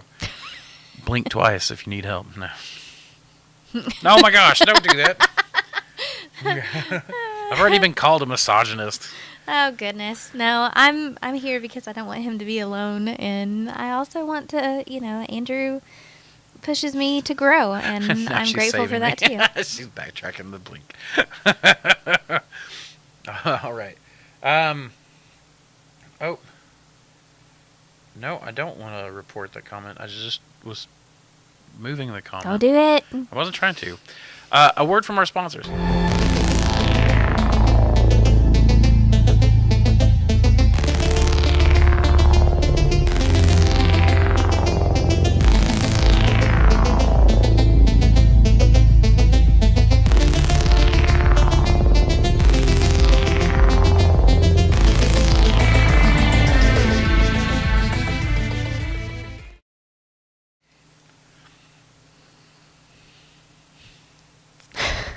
We're back.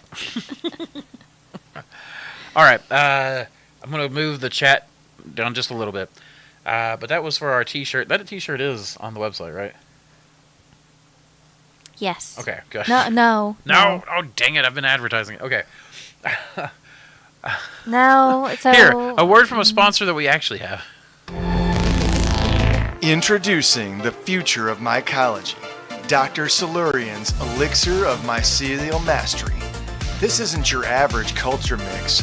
It's a revolution in a packet, crafted for the dedicated cultivator seeking unparalleled growth. Experience the visual alchemy of this masterful brew. As you mix 10 grams with 500 milliliters of water, watch the solution transform into a rich, amber spectacle, the hallmark of a nutrient-dense sanctuary for your burgeoning mycelium. This is where vibrant color meets vibrant life, setting our elixir apart from the ordinary clear liquid cultures. Prepare to be captivated. Mix 10 grams of Dr. Silurian's elixir with 500 milliliters of water, add a stir bar for thorough integration, and sterilize the blend at 15 psi for 45 minutes. Once cooled, introduce your favorite culture into this perfectly prepared, nutrient-rich environment. Watch in awe as the elixir works its magic, unveiling a mycelial masterpiece before your eyes. Choose Dr. Silurian's Elixir of Mycelial Mastery for a mycological adventure that's as visually enchanting as it is potent. All right. That's a sponsor that's actually live on the website. You can go buy Dr. Silurian's LC Premix, the Elixir of Mycelial Mastery, under the Liquid Culture tab on our website. Okay, a few questions down the chat, and then we'll get right back to the story. I'm starting to feel the time crunch, guys, so I apologize if I seem like I'm going fast. But hi, guys. Have recently heard you can treat spores with hydrogen peroxide to clean them up before germination. Do you have experience of this? If so, would bleach work in the same way? I don't use hydrogen peroxide for any sort of tissue culture work, cleanup, spores, anything like that. With spores, usually if I'm afraid that they're dirty, I'll plate them, and then I will, every time I see any sort of growth, I'll just transfer that from a plate. So if it turns out to be mold, then it's on its own plate. If it turns out to be mycelium that doesn't go moldy, it's in its own plate. If it's bacterial, it goes to its own plate and shows to be bacterial. That's the way I work. I always try to work with mechanical and technique driven things, and I stay away from most chemicals. I don't do antibiotics in my agar. I really dislike that.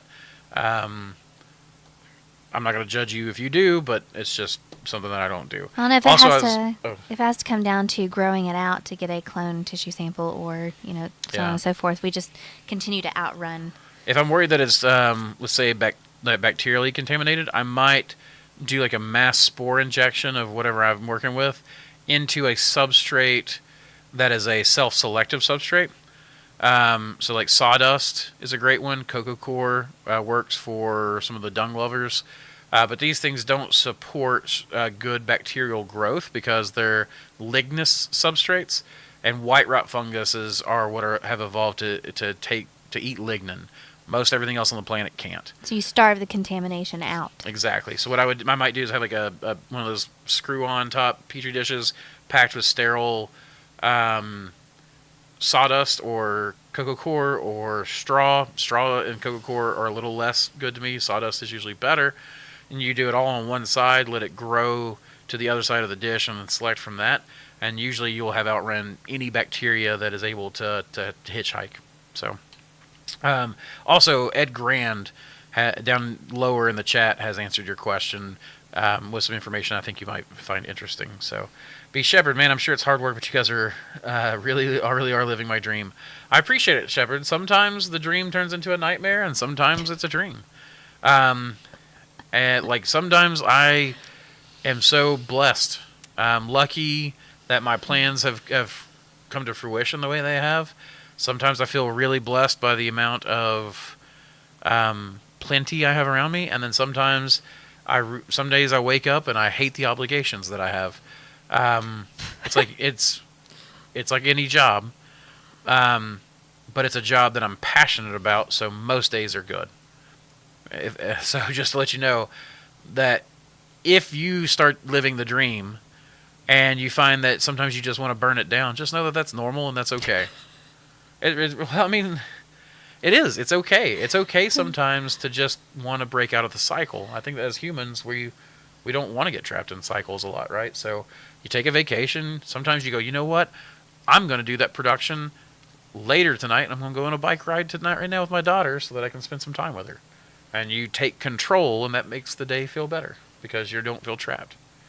Anytime I feel bad, I've noticed it's just because I feel trapped by obligations. And kind of compartmentalize and separate those obligations, emotions. Jealously guard your weekend, whatever that looks like. Yeah, and it reminds me of that soundbite of, what would you contribute to your success? And I think that's how it went. And then the response is, I don't know, delusion, I like that.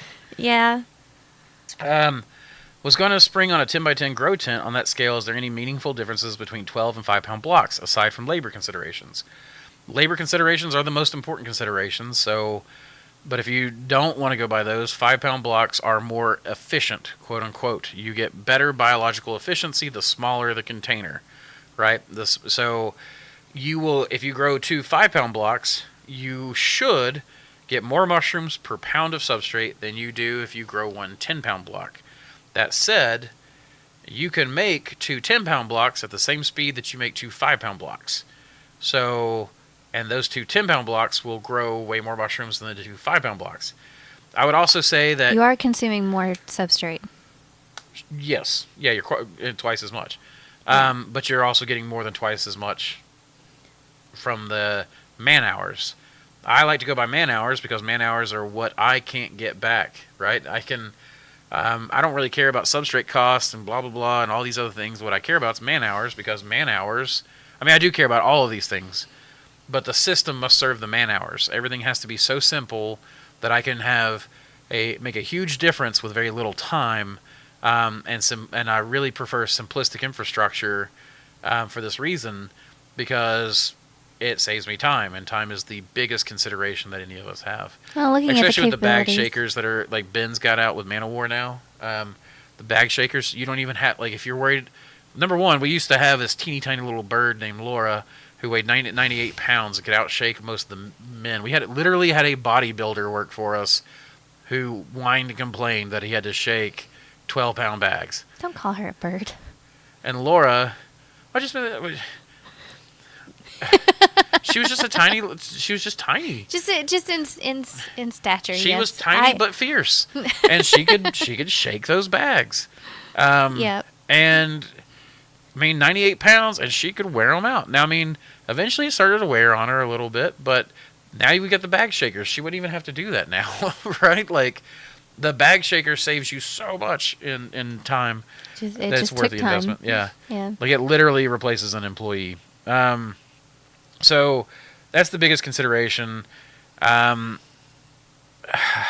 think, when you consider that you're paying for one bag rather than two bags, and the substrate, blah, blah, blah, ends up being a little bit cheaper. But how do now Patreon members get access to the Discord, get the LC? So as far as the LC goes, or any of the rewards, we do that about every 3 months, about once a quarter. Those get sent out to people. So, and don't worry, if you join for a couple of months and then you quit for a month and then it comes time to ship, you'll get those 2 months that you supported. As far as the Discord, that should be an automated process. If it's not, you can message me and I can always message back a link manually to get into the Discord. But I will say that to get into the Discord, you have to have paid for your first time.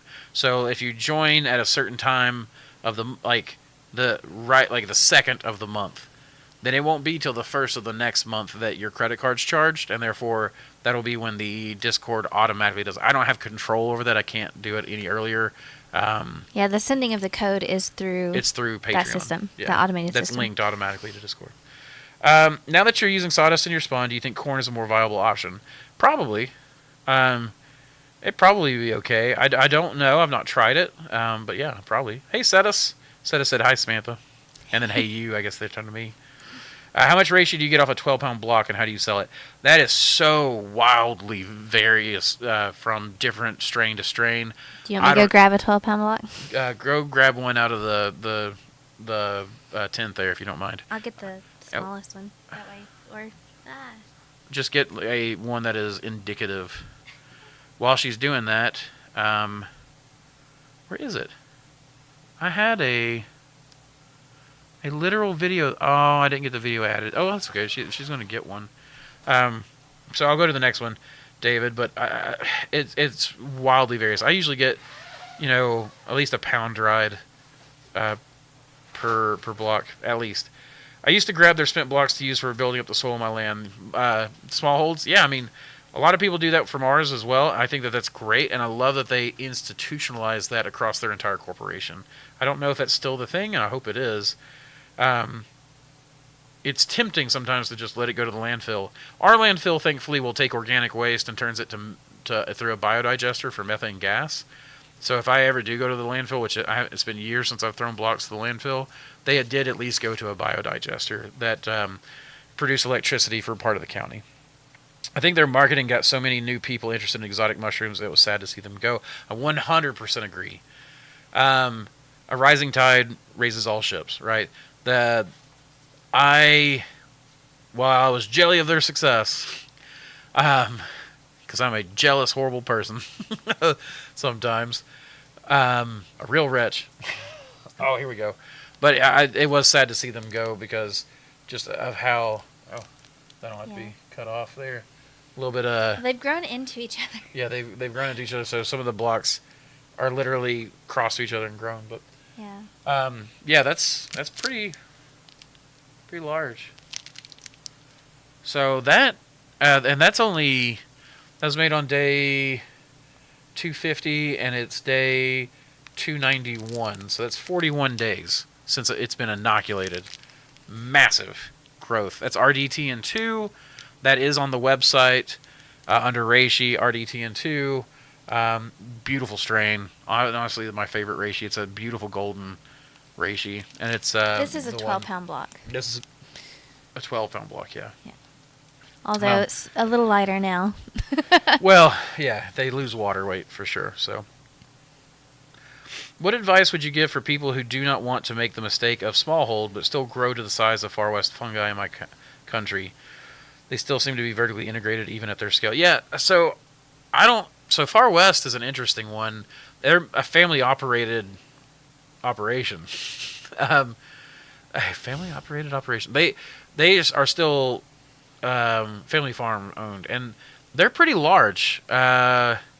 They sell to a lot of distributors, and they've got their own store and a bunch of other stuff. They are very vertically integrated, but they've been growing for years and years, probably decades. I don't remember when their company started, but they've been around a long time. So, so as far as the advice goes, it's just grow. The way I look at it sometimes is, just be that little deep sea vent creature. Get the heat to your back. You're just eating the food, drinking the water, and then you open your eyes and, oh, look, there's more of me. And then you just keep, just doing my thing, just eating the food, and I'm just dividing, and, oh, look, it just naturally happened. I think there's a natural course and speed, like I said, a natural pace to these things.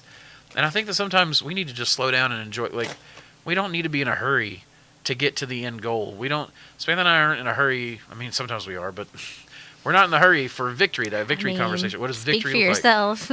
I'm always in a hurry. And me too. And that's the problem, right? Is that I'm always in a hurry. I want to be at the end point, but why do I want to be at the end point? That just eats my time's precious. I want to enjoy the time. I want to be here. I want to be focused on the growth. I do want to be doing important things, but I want the important things done in their own time. Speaking of yesterday, I just pulled out 14 new gold strains. Well, 4 of them were commercial strains that are from like North Spore, Lamberts, etc. And we're going to do a test of all 14 strains at the same time. I'm going to try to have an entire wall of golds. And I was calculating it out. It's going to be like 11 blocks of each.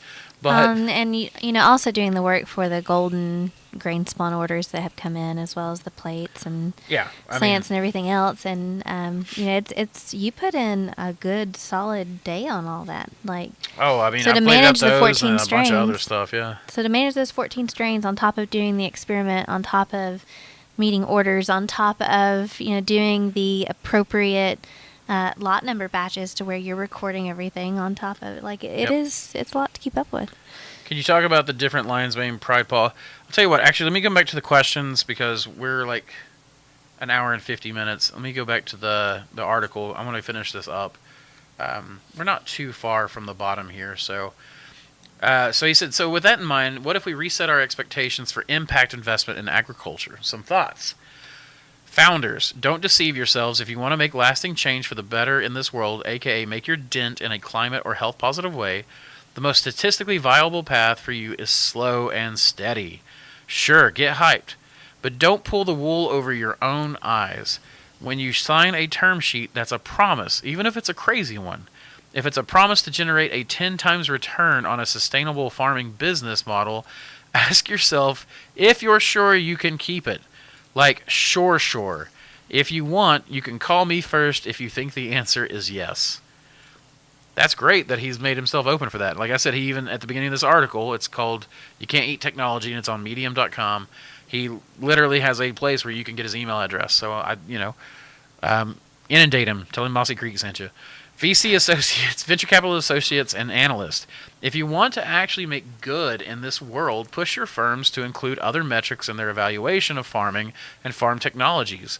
Learn how farming actually works. This is such great advice, in my opinion. Farming is not like other things. Farming is different. Listen to this guy. Learn how farming actually works. Seriously, learn how crop cycles run, how growing conditions affect densities and yields, and dig deep on commodity-specific economics. If someone promises you they'll make a 10 times return in 5 years on technologically grown lettuce, a commodity crop tied to the price of diesel and grown cheaply in places like Mexico, take a step back and ask yourselves, is this physically possible? That's such good advice. Oh my gosh, that's probably the most important advice. It's all about getting your perception in line with reality. I love it. Partners, don't expect SaaS returns. SaaS. returns from founders on specialty or commodity crops. Yes, even with industrial robot arms tending crops, if you want a bigger, more predictable return, here are plenty of great agriculture technology companies that can deliver. John Deere, Kubota, Trimble. But if you want to invest in sustainability, you need to set expectations around the fact that we're still early on the adoption curve, and most markets haven't been actively encouraged to support new sustainability standards yet. Well, I think SaaS is a software as a service, right? That's so that's in reference to yes, their to the technology side, aspect. right? Okay. Sorry, I guess I should have. Yeah, I used to be really bad about this, and it's something that I see a lot in the mycology circles. Is a lot of people like to use the acronyms, like everyone knows the acronyms. I feel like some people do it to feel self-important. I don't think it's what he's doing here at all, because he's already You're just shortening it, getting the point across, and right. you move on. But I've been guilty of it, of using the acronyms to sound smart. For the most part, I always try to, if I'm going to use the acronym, I try to define it first, or I'll use the acronym, define it, and then try to keep going. I should have done that there. Thank you for catching that, Samantha. I just want to make sure I was understanding it right. No, absolutely. GPs, question your ethics. If you're in this to make a buck, great. How can you call yourself impact? But what are you impacting? Who? How? Have you spoken with them? What do they need to support their growth besides money? You can still be ethical and make money. You don't have to invest in farming. If you do, do it knowing that it's a volume business fraught with externalities that are hard to harness. LPs, you hold the ultimate power. By all means, hold your portfolio funds accountable to their investment strategies. But at the end of the day, if you support an impact investment fund that invests in agriculture, hold them accountable across the board. Make sure they meet their targets and that those targets are supported in how they structure new deals. Push for triple bottom line accountability. In a world of concentrated wealth, we need you and your colleagues to push us in the right direction. Invest in founders and companies that offer sane returns in this space. And if you want a bigger return, maybe look somewhere else to be honest. If we truly want to make a difference with impact investing, we need to collectively redefine our concept of return to include the expectation of a genuine triple bottom line: people, planet, profit.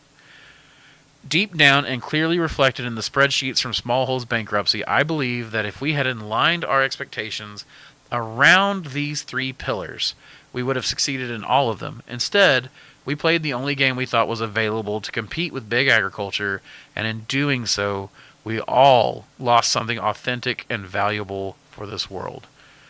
By Adam DeMartino. That is the end of the Smallhold story, at least according to this article. And like I said, I had some feels on some of this. On the end, I desperately want a culture that values the things I value. Unfortunately, we don't live in a culture that always values the things I value. So sometimes we have to make an investment. I always liked it with Bill Mollison talking about permaculture. People are like, well, you can't use fossil fuels if you're in permaculture. And Bill Mollison was like, screw that. Use the fossil fuels to dig your earthworks and get your landscape into a position where your permaculture farm will be where you want it faster, right? You make the sacrifice to do this thing you don't like to build and impact the thing that you like. So if you need to invest and you need money, if you have no money to invest, you're not going to be able to make an impact on these impact-driven companies. So, and these companies, like he's saying, should have sane, slow, and steady returns. So, you know, if you're in your building phase, be willing to make the sacrifices to make yourself into a position where you can impact things. And then you can start siphoning that money over as you've grown to a point of self-sufficiency, right? If you're not self-sufficient, then sure, you might have some early gains, but then you might go bust. So you work slow, steady, make yourself stable. What is that movie? That's your fuck you position. That's where you can actually say, no, I am stable without you. I can now make the decisions based on my principles. I no longer have to bend or break my principles. I'm really a big fan of that. I like that. I have sometimes been too often acted as if I was in the FU position when I was not. And you don't do that so much when you got kids, if you care about your kids. I know I've said neglect is a good way to raise kids, but I jest. Someone actually commented about on the Instagram post I did about that, about how what you're really saying is that there's a certain amount of letting them learn on their own. There's a certain amount of letting them grow, kind of thing. But yeah, when you get to being a father, you go to work for the factory sometimes just to provide. So sometimes we need to do that for our mushroom farm babies too. Thoughts, Samantha? We're doing no. Okay, well then I'll go straight into the chat. Right. Oh, we need to do the code. It's been almost 2 hours with no code. All right, so here is the code. It's code Kodama. Kodama. Like the little Kodamas from Princess Mononoke. Except we have a mushroom Kodama, see? He's our little mascot. And it's actually just still hanging around on the racks. Well, I brought him over here. Oh, did you? Yeah, he's right here in front of me. They can't see him, but he's just here to remind me. You should probably lacquer him so he doesn't mold. I agree. Code Kodama will get you 20% off our entire website. That includes... Code Kodama includes... Oh, what did I just hit? It includes our tincture line, our mushroom extracts. I really want to get these out there to people. Lovingly cultivated in East Tennessee. And did you notice the packaging kind of looks like that East Tennessee whiskey you may have heard about? Maybe a Mr. Daniels. I thought that was neat that Samantha kind of went that way. But right now we have Golden Enoki, Maitake, Reishi, Lion's Mane, and Oyster tinctures extracts all for sale. They are some of them are waiting on labels to ship, so we still got to wait for a couple of labels, but it should be shipping next week. So we have plenty of the stuff. I've started using it in my smoothies. We're about to take it down to the smoothie bar down the road for them to use in their smoothies and such. It's good stuff. Triple extracted. I've worked out some really cool things that I'm really proud of on this. Hi, Andrew and Samantha. Well, hello, Michael Allen. Can you talk about the different lion's mane, pride, paw, etc.? I'm not really quite sure what you want me to talk about. They're lion's pride, lion's... I've not heard of lion's paw. But lion's pride, lion's beard, to me, are... basically, I don't know, they're pretty similar to me. I don't really... lion's beard's a little better, in my opinion, than lion's pride. Bear's head smells like maple syrup. Yep. To But me. really what you want is tribbles, which is a combination of bear's head and lion's beard that I bred. That is a sticky mushroom. Like, we pick it, and our gloves are tacky, and they are coated Yeah, in this, like, sugary sap. I came to Andrew whenever I was harvesting, and I was just like, "Is there something wrong with this?" And it's just that it really produces that. Oh crap! I forgot what Dr. Oman called it. But it's some fatty acids, sugars. The mushroom tribbles is a little less on yield wet weight, but it loses a lot less weight when drying. And when making supplements, that is what is in our supplement line right now. Other than we actually have got some coming out that's the Mongolian lion's mane extract. But that stuff, the tribbles makes a really tacky, really dark extract that I'm just absolutely in love with. Yeah, Andrew made it, and he was like, "Is there something wrong with this? Because it's not the same color as everything." It was dark. You can ask Samantha, I've just pulled open the extract bottle after I'd already made the extract for bottling. There was a little bit left, and I was like, I'm just going to try this as it is. And I just kind of took like a swallow, and I was like, whoa! Like, that is so mushroomy. Like, that's crazy.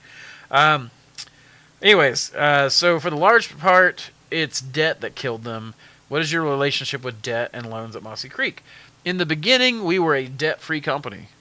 We took an initial investment of $4,000 from people for a flow hood, and a sterilizer. Really, is what that came down to, and some supplies. And then to get our first shop going.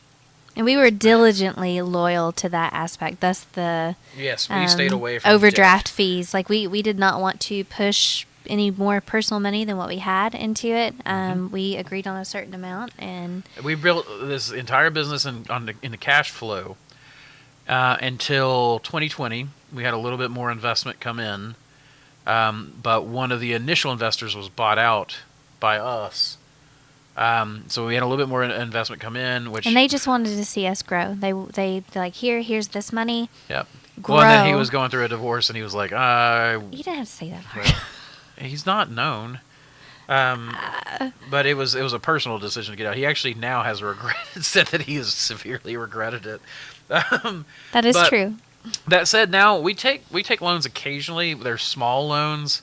If I want something in particular, that's going to be an investable strategy. So, in order to take out a loan for the company, we have to say why we want that loan. Have a plan. Have a plan. What are we going to? I'm not scared of loans now, but we built the initial company debt free.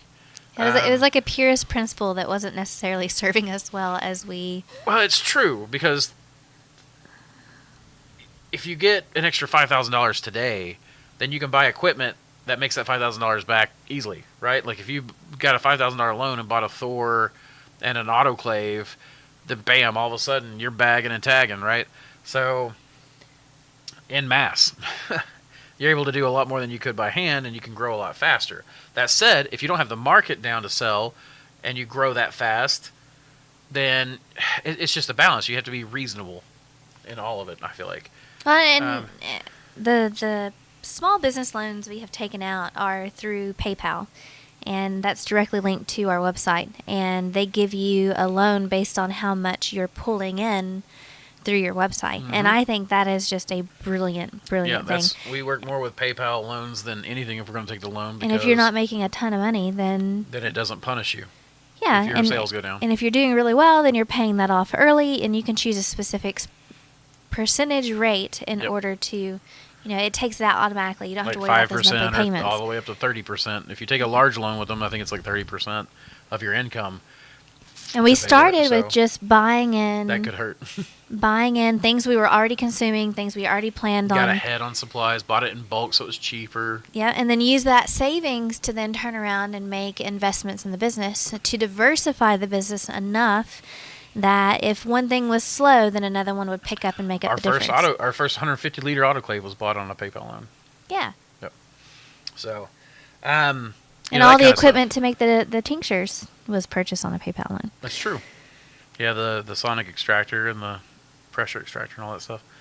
I looked into starting a mushroom company and found it wouldn't be easy for me, so I started a nonprofit instead. A mushroom research and development nonprofit. I think it's a great idea. In fact, we're talking about doing a nonprofit to work with some grants and things. Wasn't there technology putting small grow rooms in restaurants? Yeah, there was. I think that was Smallhold.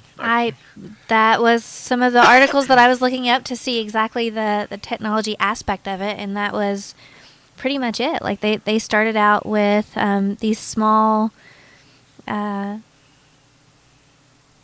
mini farms, so climate controlled freestanding units that could be placed in restaurants, grocery stores, and other businesses. Each mini farm could produce anywhere from 30 to 120 pounds of mushrooms per week, and it only took up 16 square feet. They have said somewhere else that they have a proprietary HVAC system and hire engineers. Yeah, see, that's all that stuff. Anytime you do custom, that's expensive. Something that we have worked on very strongly here is to stay towards shelf-ready components, right? Stuff that we can just go to a grocery store shelf or a Walmart or buy on Amazon or what? Just a shelf like something off-the-shelf component. That's what it's called, and we just try to build off of that. Unless Ben's building something custom for us, but then that doesn't really cost us anything because we're usually prototyping that stuff.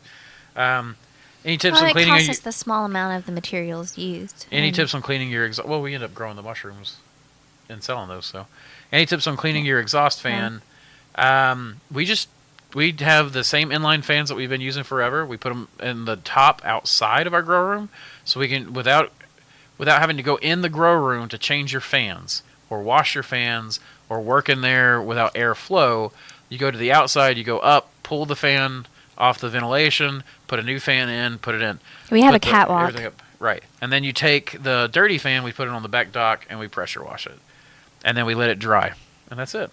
I think Eric Myers told me today or yesterday that he just sprays his while it's running, which scares the crap out of me because of electricity. But that's what he does. If you're autoclaving your blocks, why not switch to doing all-in-one bags? What do you mean all-in-one bags? My bags are all-in-one bags.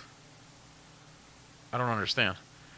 PSA, if any mushroom farmers are interested in learning how to grow coffins, we're willing to help you learn. I might actually be interested in that status. I don't know. Yeah, I don't know. I'm actually interested. Having tried quite a few hen strains, which ones would you recommend? So right now, I still have to reserve complete judgment because some take longer. I thought that the Field and Forest strain was my favorite and that the North Spore strain was crap because the Field and Forest one came first. It popped first. But what I'm actually finding is, yeah, the North Spore one took a little longer, but I like the quality better. So, the eating quality of it.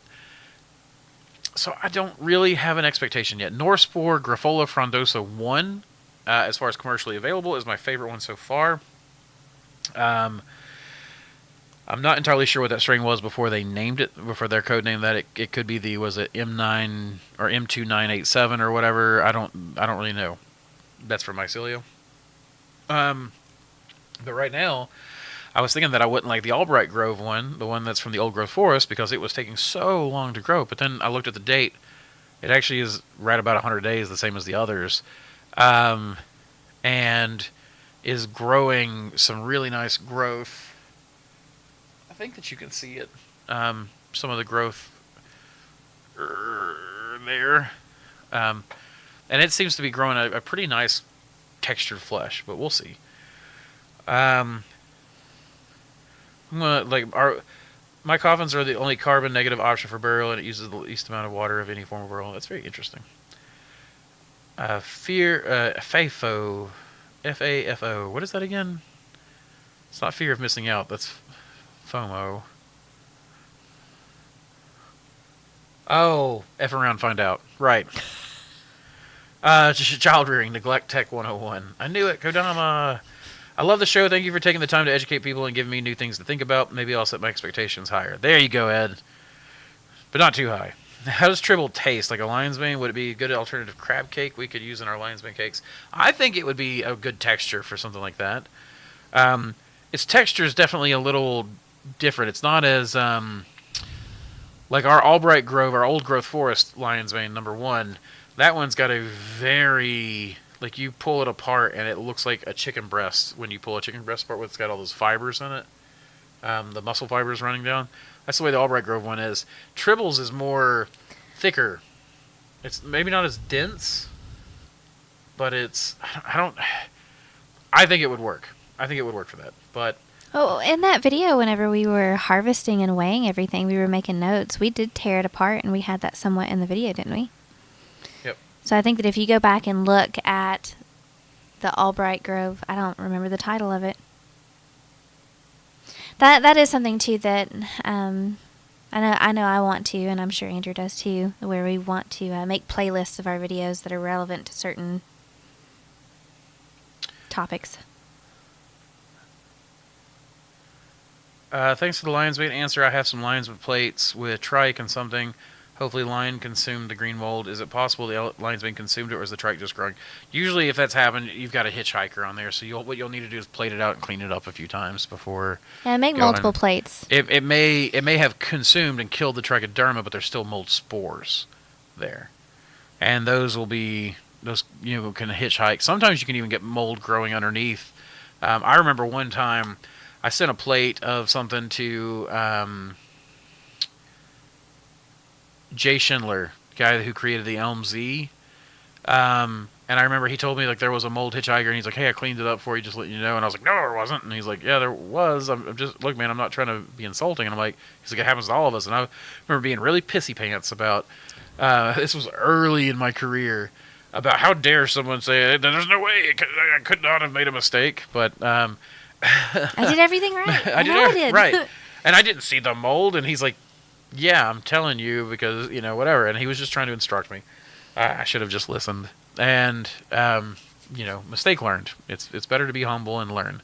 Ears open, mouth closed, right? Well, and keep in mind, everything is so small. It is. Like, you can't... And I guess I was worried about, what if he told other people, then other people won't want to buy it from me, or I don't know, something like that. A lot of that stuff a lot is of fear. It's just stemmed fear in stuff. fear, yeah. And don't be so arrogant that it...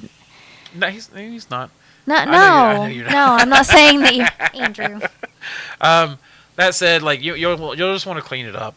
And sometimes it's, for commercially available strains, sometimes it's better just to throw that away and restart with another slant or something. What advice would you give to someone that only has outdoor space to grow mushrooms but wants to start a mushroom business?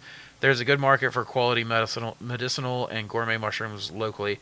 Alex, one thing I have found very interesting lately is that there are quite a few people... my goodness, I am hungry, and I'm sure I'm starting to feel the little rrrr sound, so hopefully that's not coming through on the mic. But Hazel asked me if I was hungry the other day, and my stomach growled, and she was like, "I'll take that as an answer." I'll take this as I am so hungry, and I knowing that we're having lasagna tonight for birthday dinner has got me like, let's get rid of the questions. But logs. That's a tradition, by the way. Field and Forest has some amazing shiitake strains. Field and Forest is one of my favorite. I don't even want to call them peers because they've been here for a decade or more longer than me. So these guys are kind of they're the giants that one of the giants that I'm standing on their shoulders, and they have been just quietly in their corner growing, doing a good job, collecting some of the like they called me today because I'd called them yesterday, and they're setting up a whole special order for me just because they are willing to do that. But these guys are top notch as far as logs go, in particular.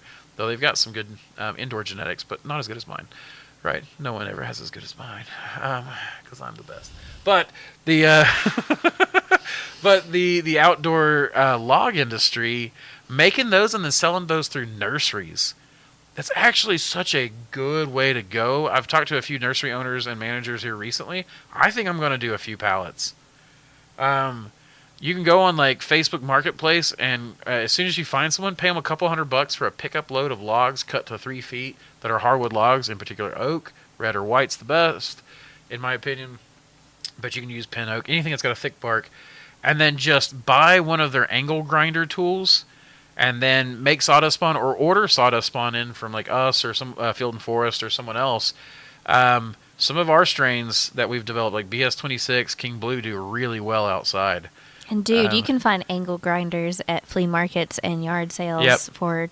And the only expensive bit's that little arbor bit that you've got to buy. I think there's alternatives now, but back when I bought my equipment, you had to get the Okuda brand from Field and Forest. And then you get the little spawn inoculation tools. They even have little guns now that they do that are super cool but expensive. But the log business is a really good way to go. People love growing them, and they want to add them to their gardens. Wine cap patches. You can make wine cap beds. Something Samantha and I used to do and sell at market.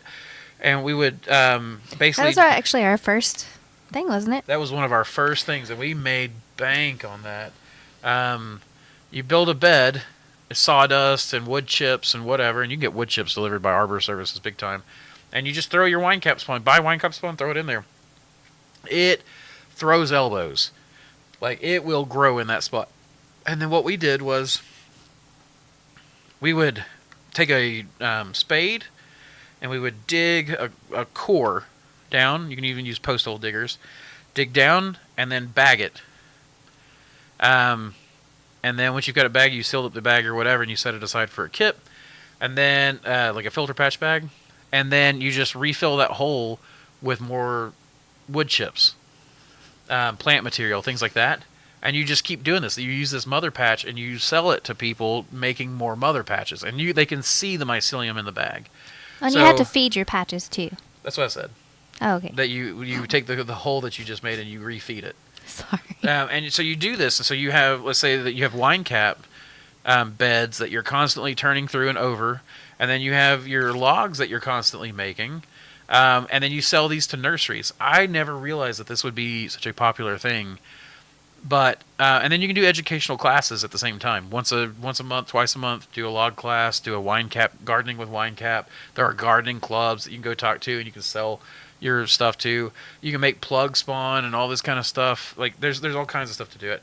I really do need to get through this stuff though. So we have a pack batch mixer we used solely for 3 years. At the beginning of the year, we picked up a Thor bagger, and it resulted in a labor saving of 75%. It is a great resource for any farm. Thank you, Cetus, for saying so. I think Ben has designed a wonderful product, and Ben and Seth sell a wonderful product. The Thor shaker is even, like, it's just as game-changing to me as far as labor reduction and savings. It doesn't necessarily make, you're not faster. A person can outshake the shaker. A person can't outshake 2 shakers. So 2 shakers is better in my opinion because you can just rotate them. Yeah, we have 2 in our lab. But it keeps, like, you're not sore the next day, which means that you can lift weights more, right? I know she's a weightlifter. Lenny from Mycelium Emporium is a master. Yeah, Cetus puts us to shame. Oh my gosh. Yeah, like, go look at Cetus's page and there's all these pictures of her just and I know why they do pictures of her and not him. Don't think I don't notice.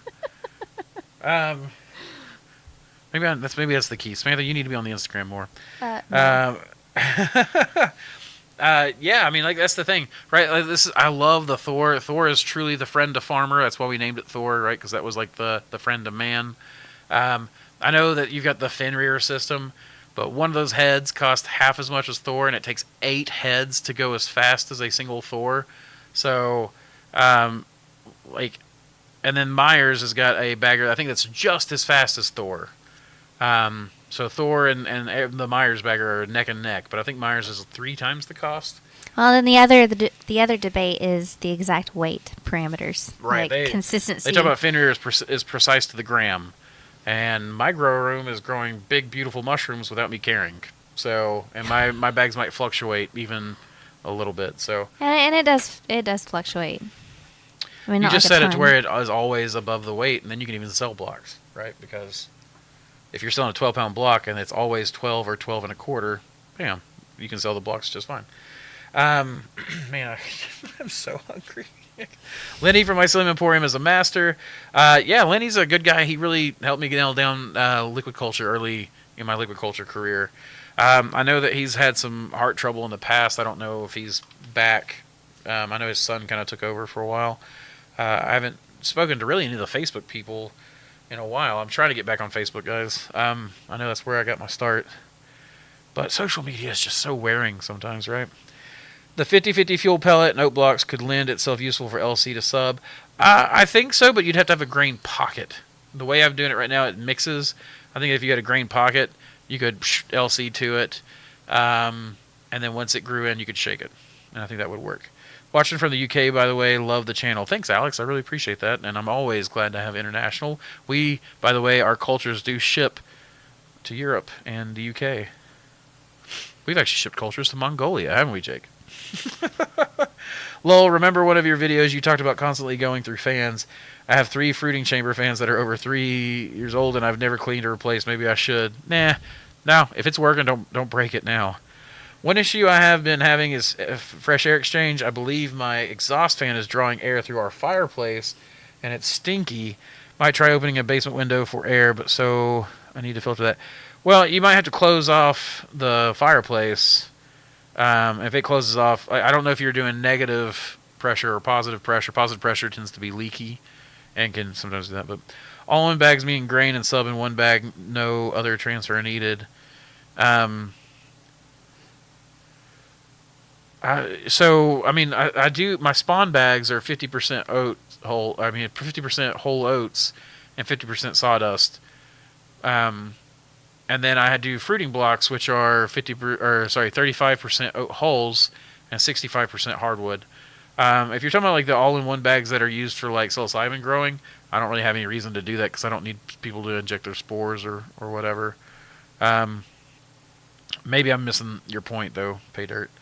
Very interesting. Thank you for your advice. You're very welcome, Alex. With that, guys, we've gotten through this, through all the chat. Again, if you have any cultures that you want to send in, I trade strains 1-for-1 to the Mycology program. Boop, boop, boop. There we go. Oh, like that. The Mycology program, that is our mushroom library, strain library. For instance, this arrived today, the Felton oyster.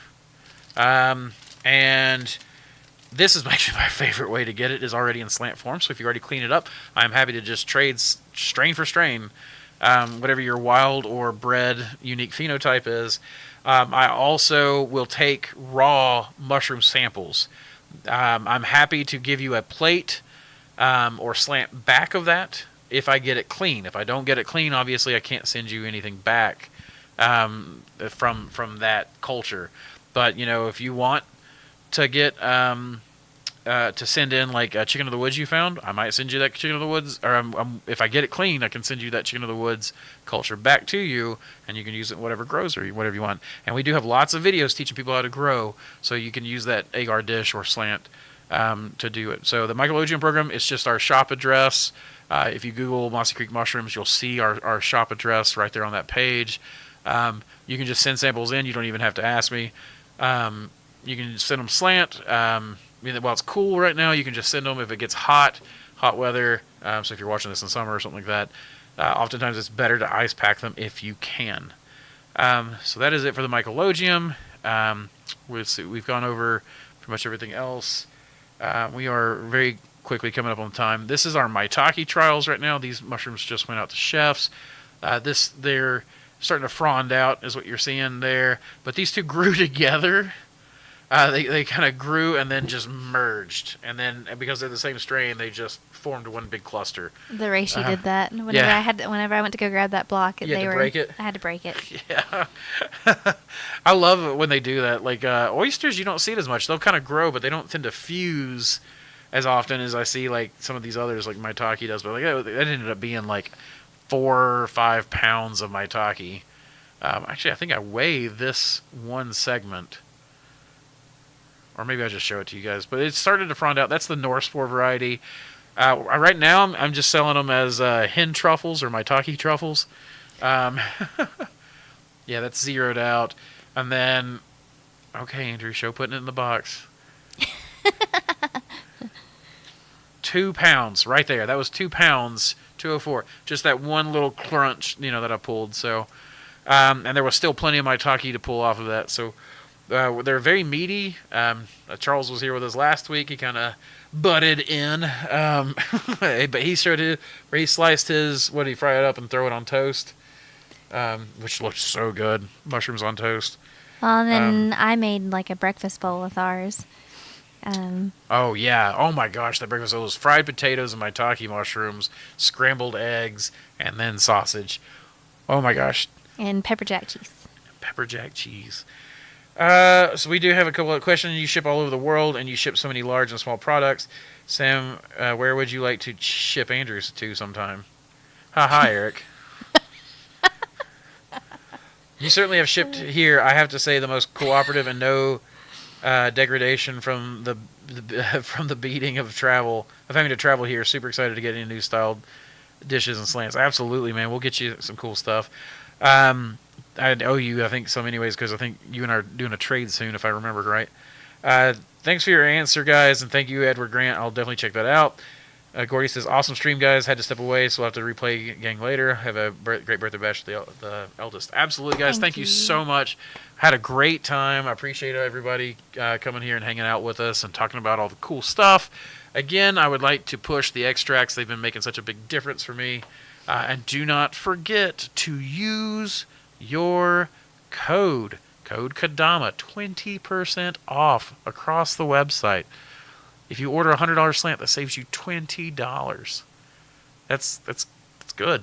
I've actually called somebody and be like, "Hey, you didn't do this," and Yeah, then they were like, "I didn't do it on purpose. I just wanted to." That was really nice of them. I appreciate it, but which was very kind. But using the code actually helps us too. It helps us track where our sales come through because we do Instagram codes and some other codes occasionally. So they don't really stack. So don't go searching. But if you use code Kadama, that'll tell me that it came from this stream, right? And then we get to that gives us data. and data is king. And that's what we're after, yeah. We're after On that top of you guys sweet, getting a good kickback. Sweet data. Keep spawning culture, y'all. Yep.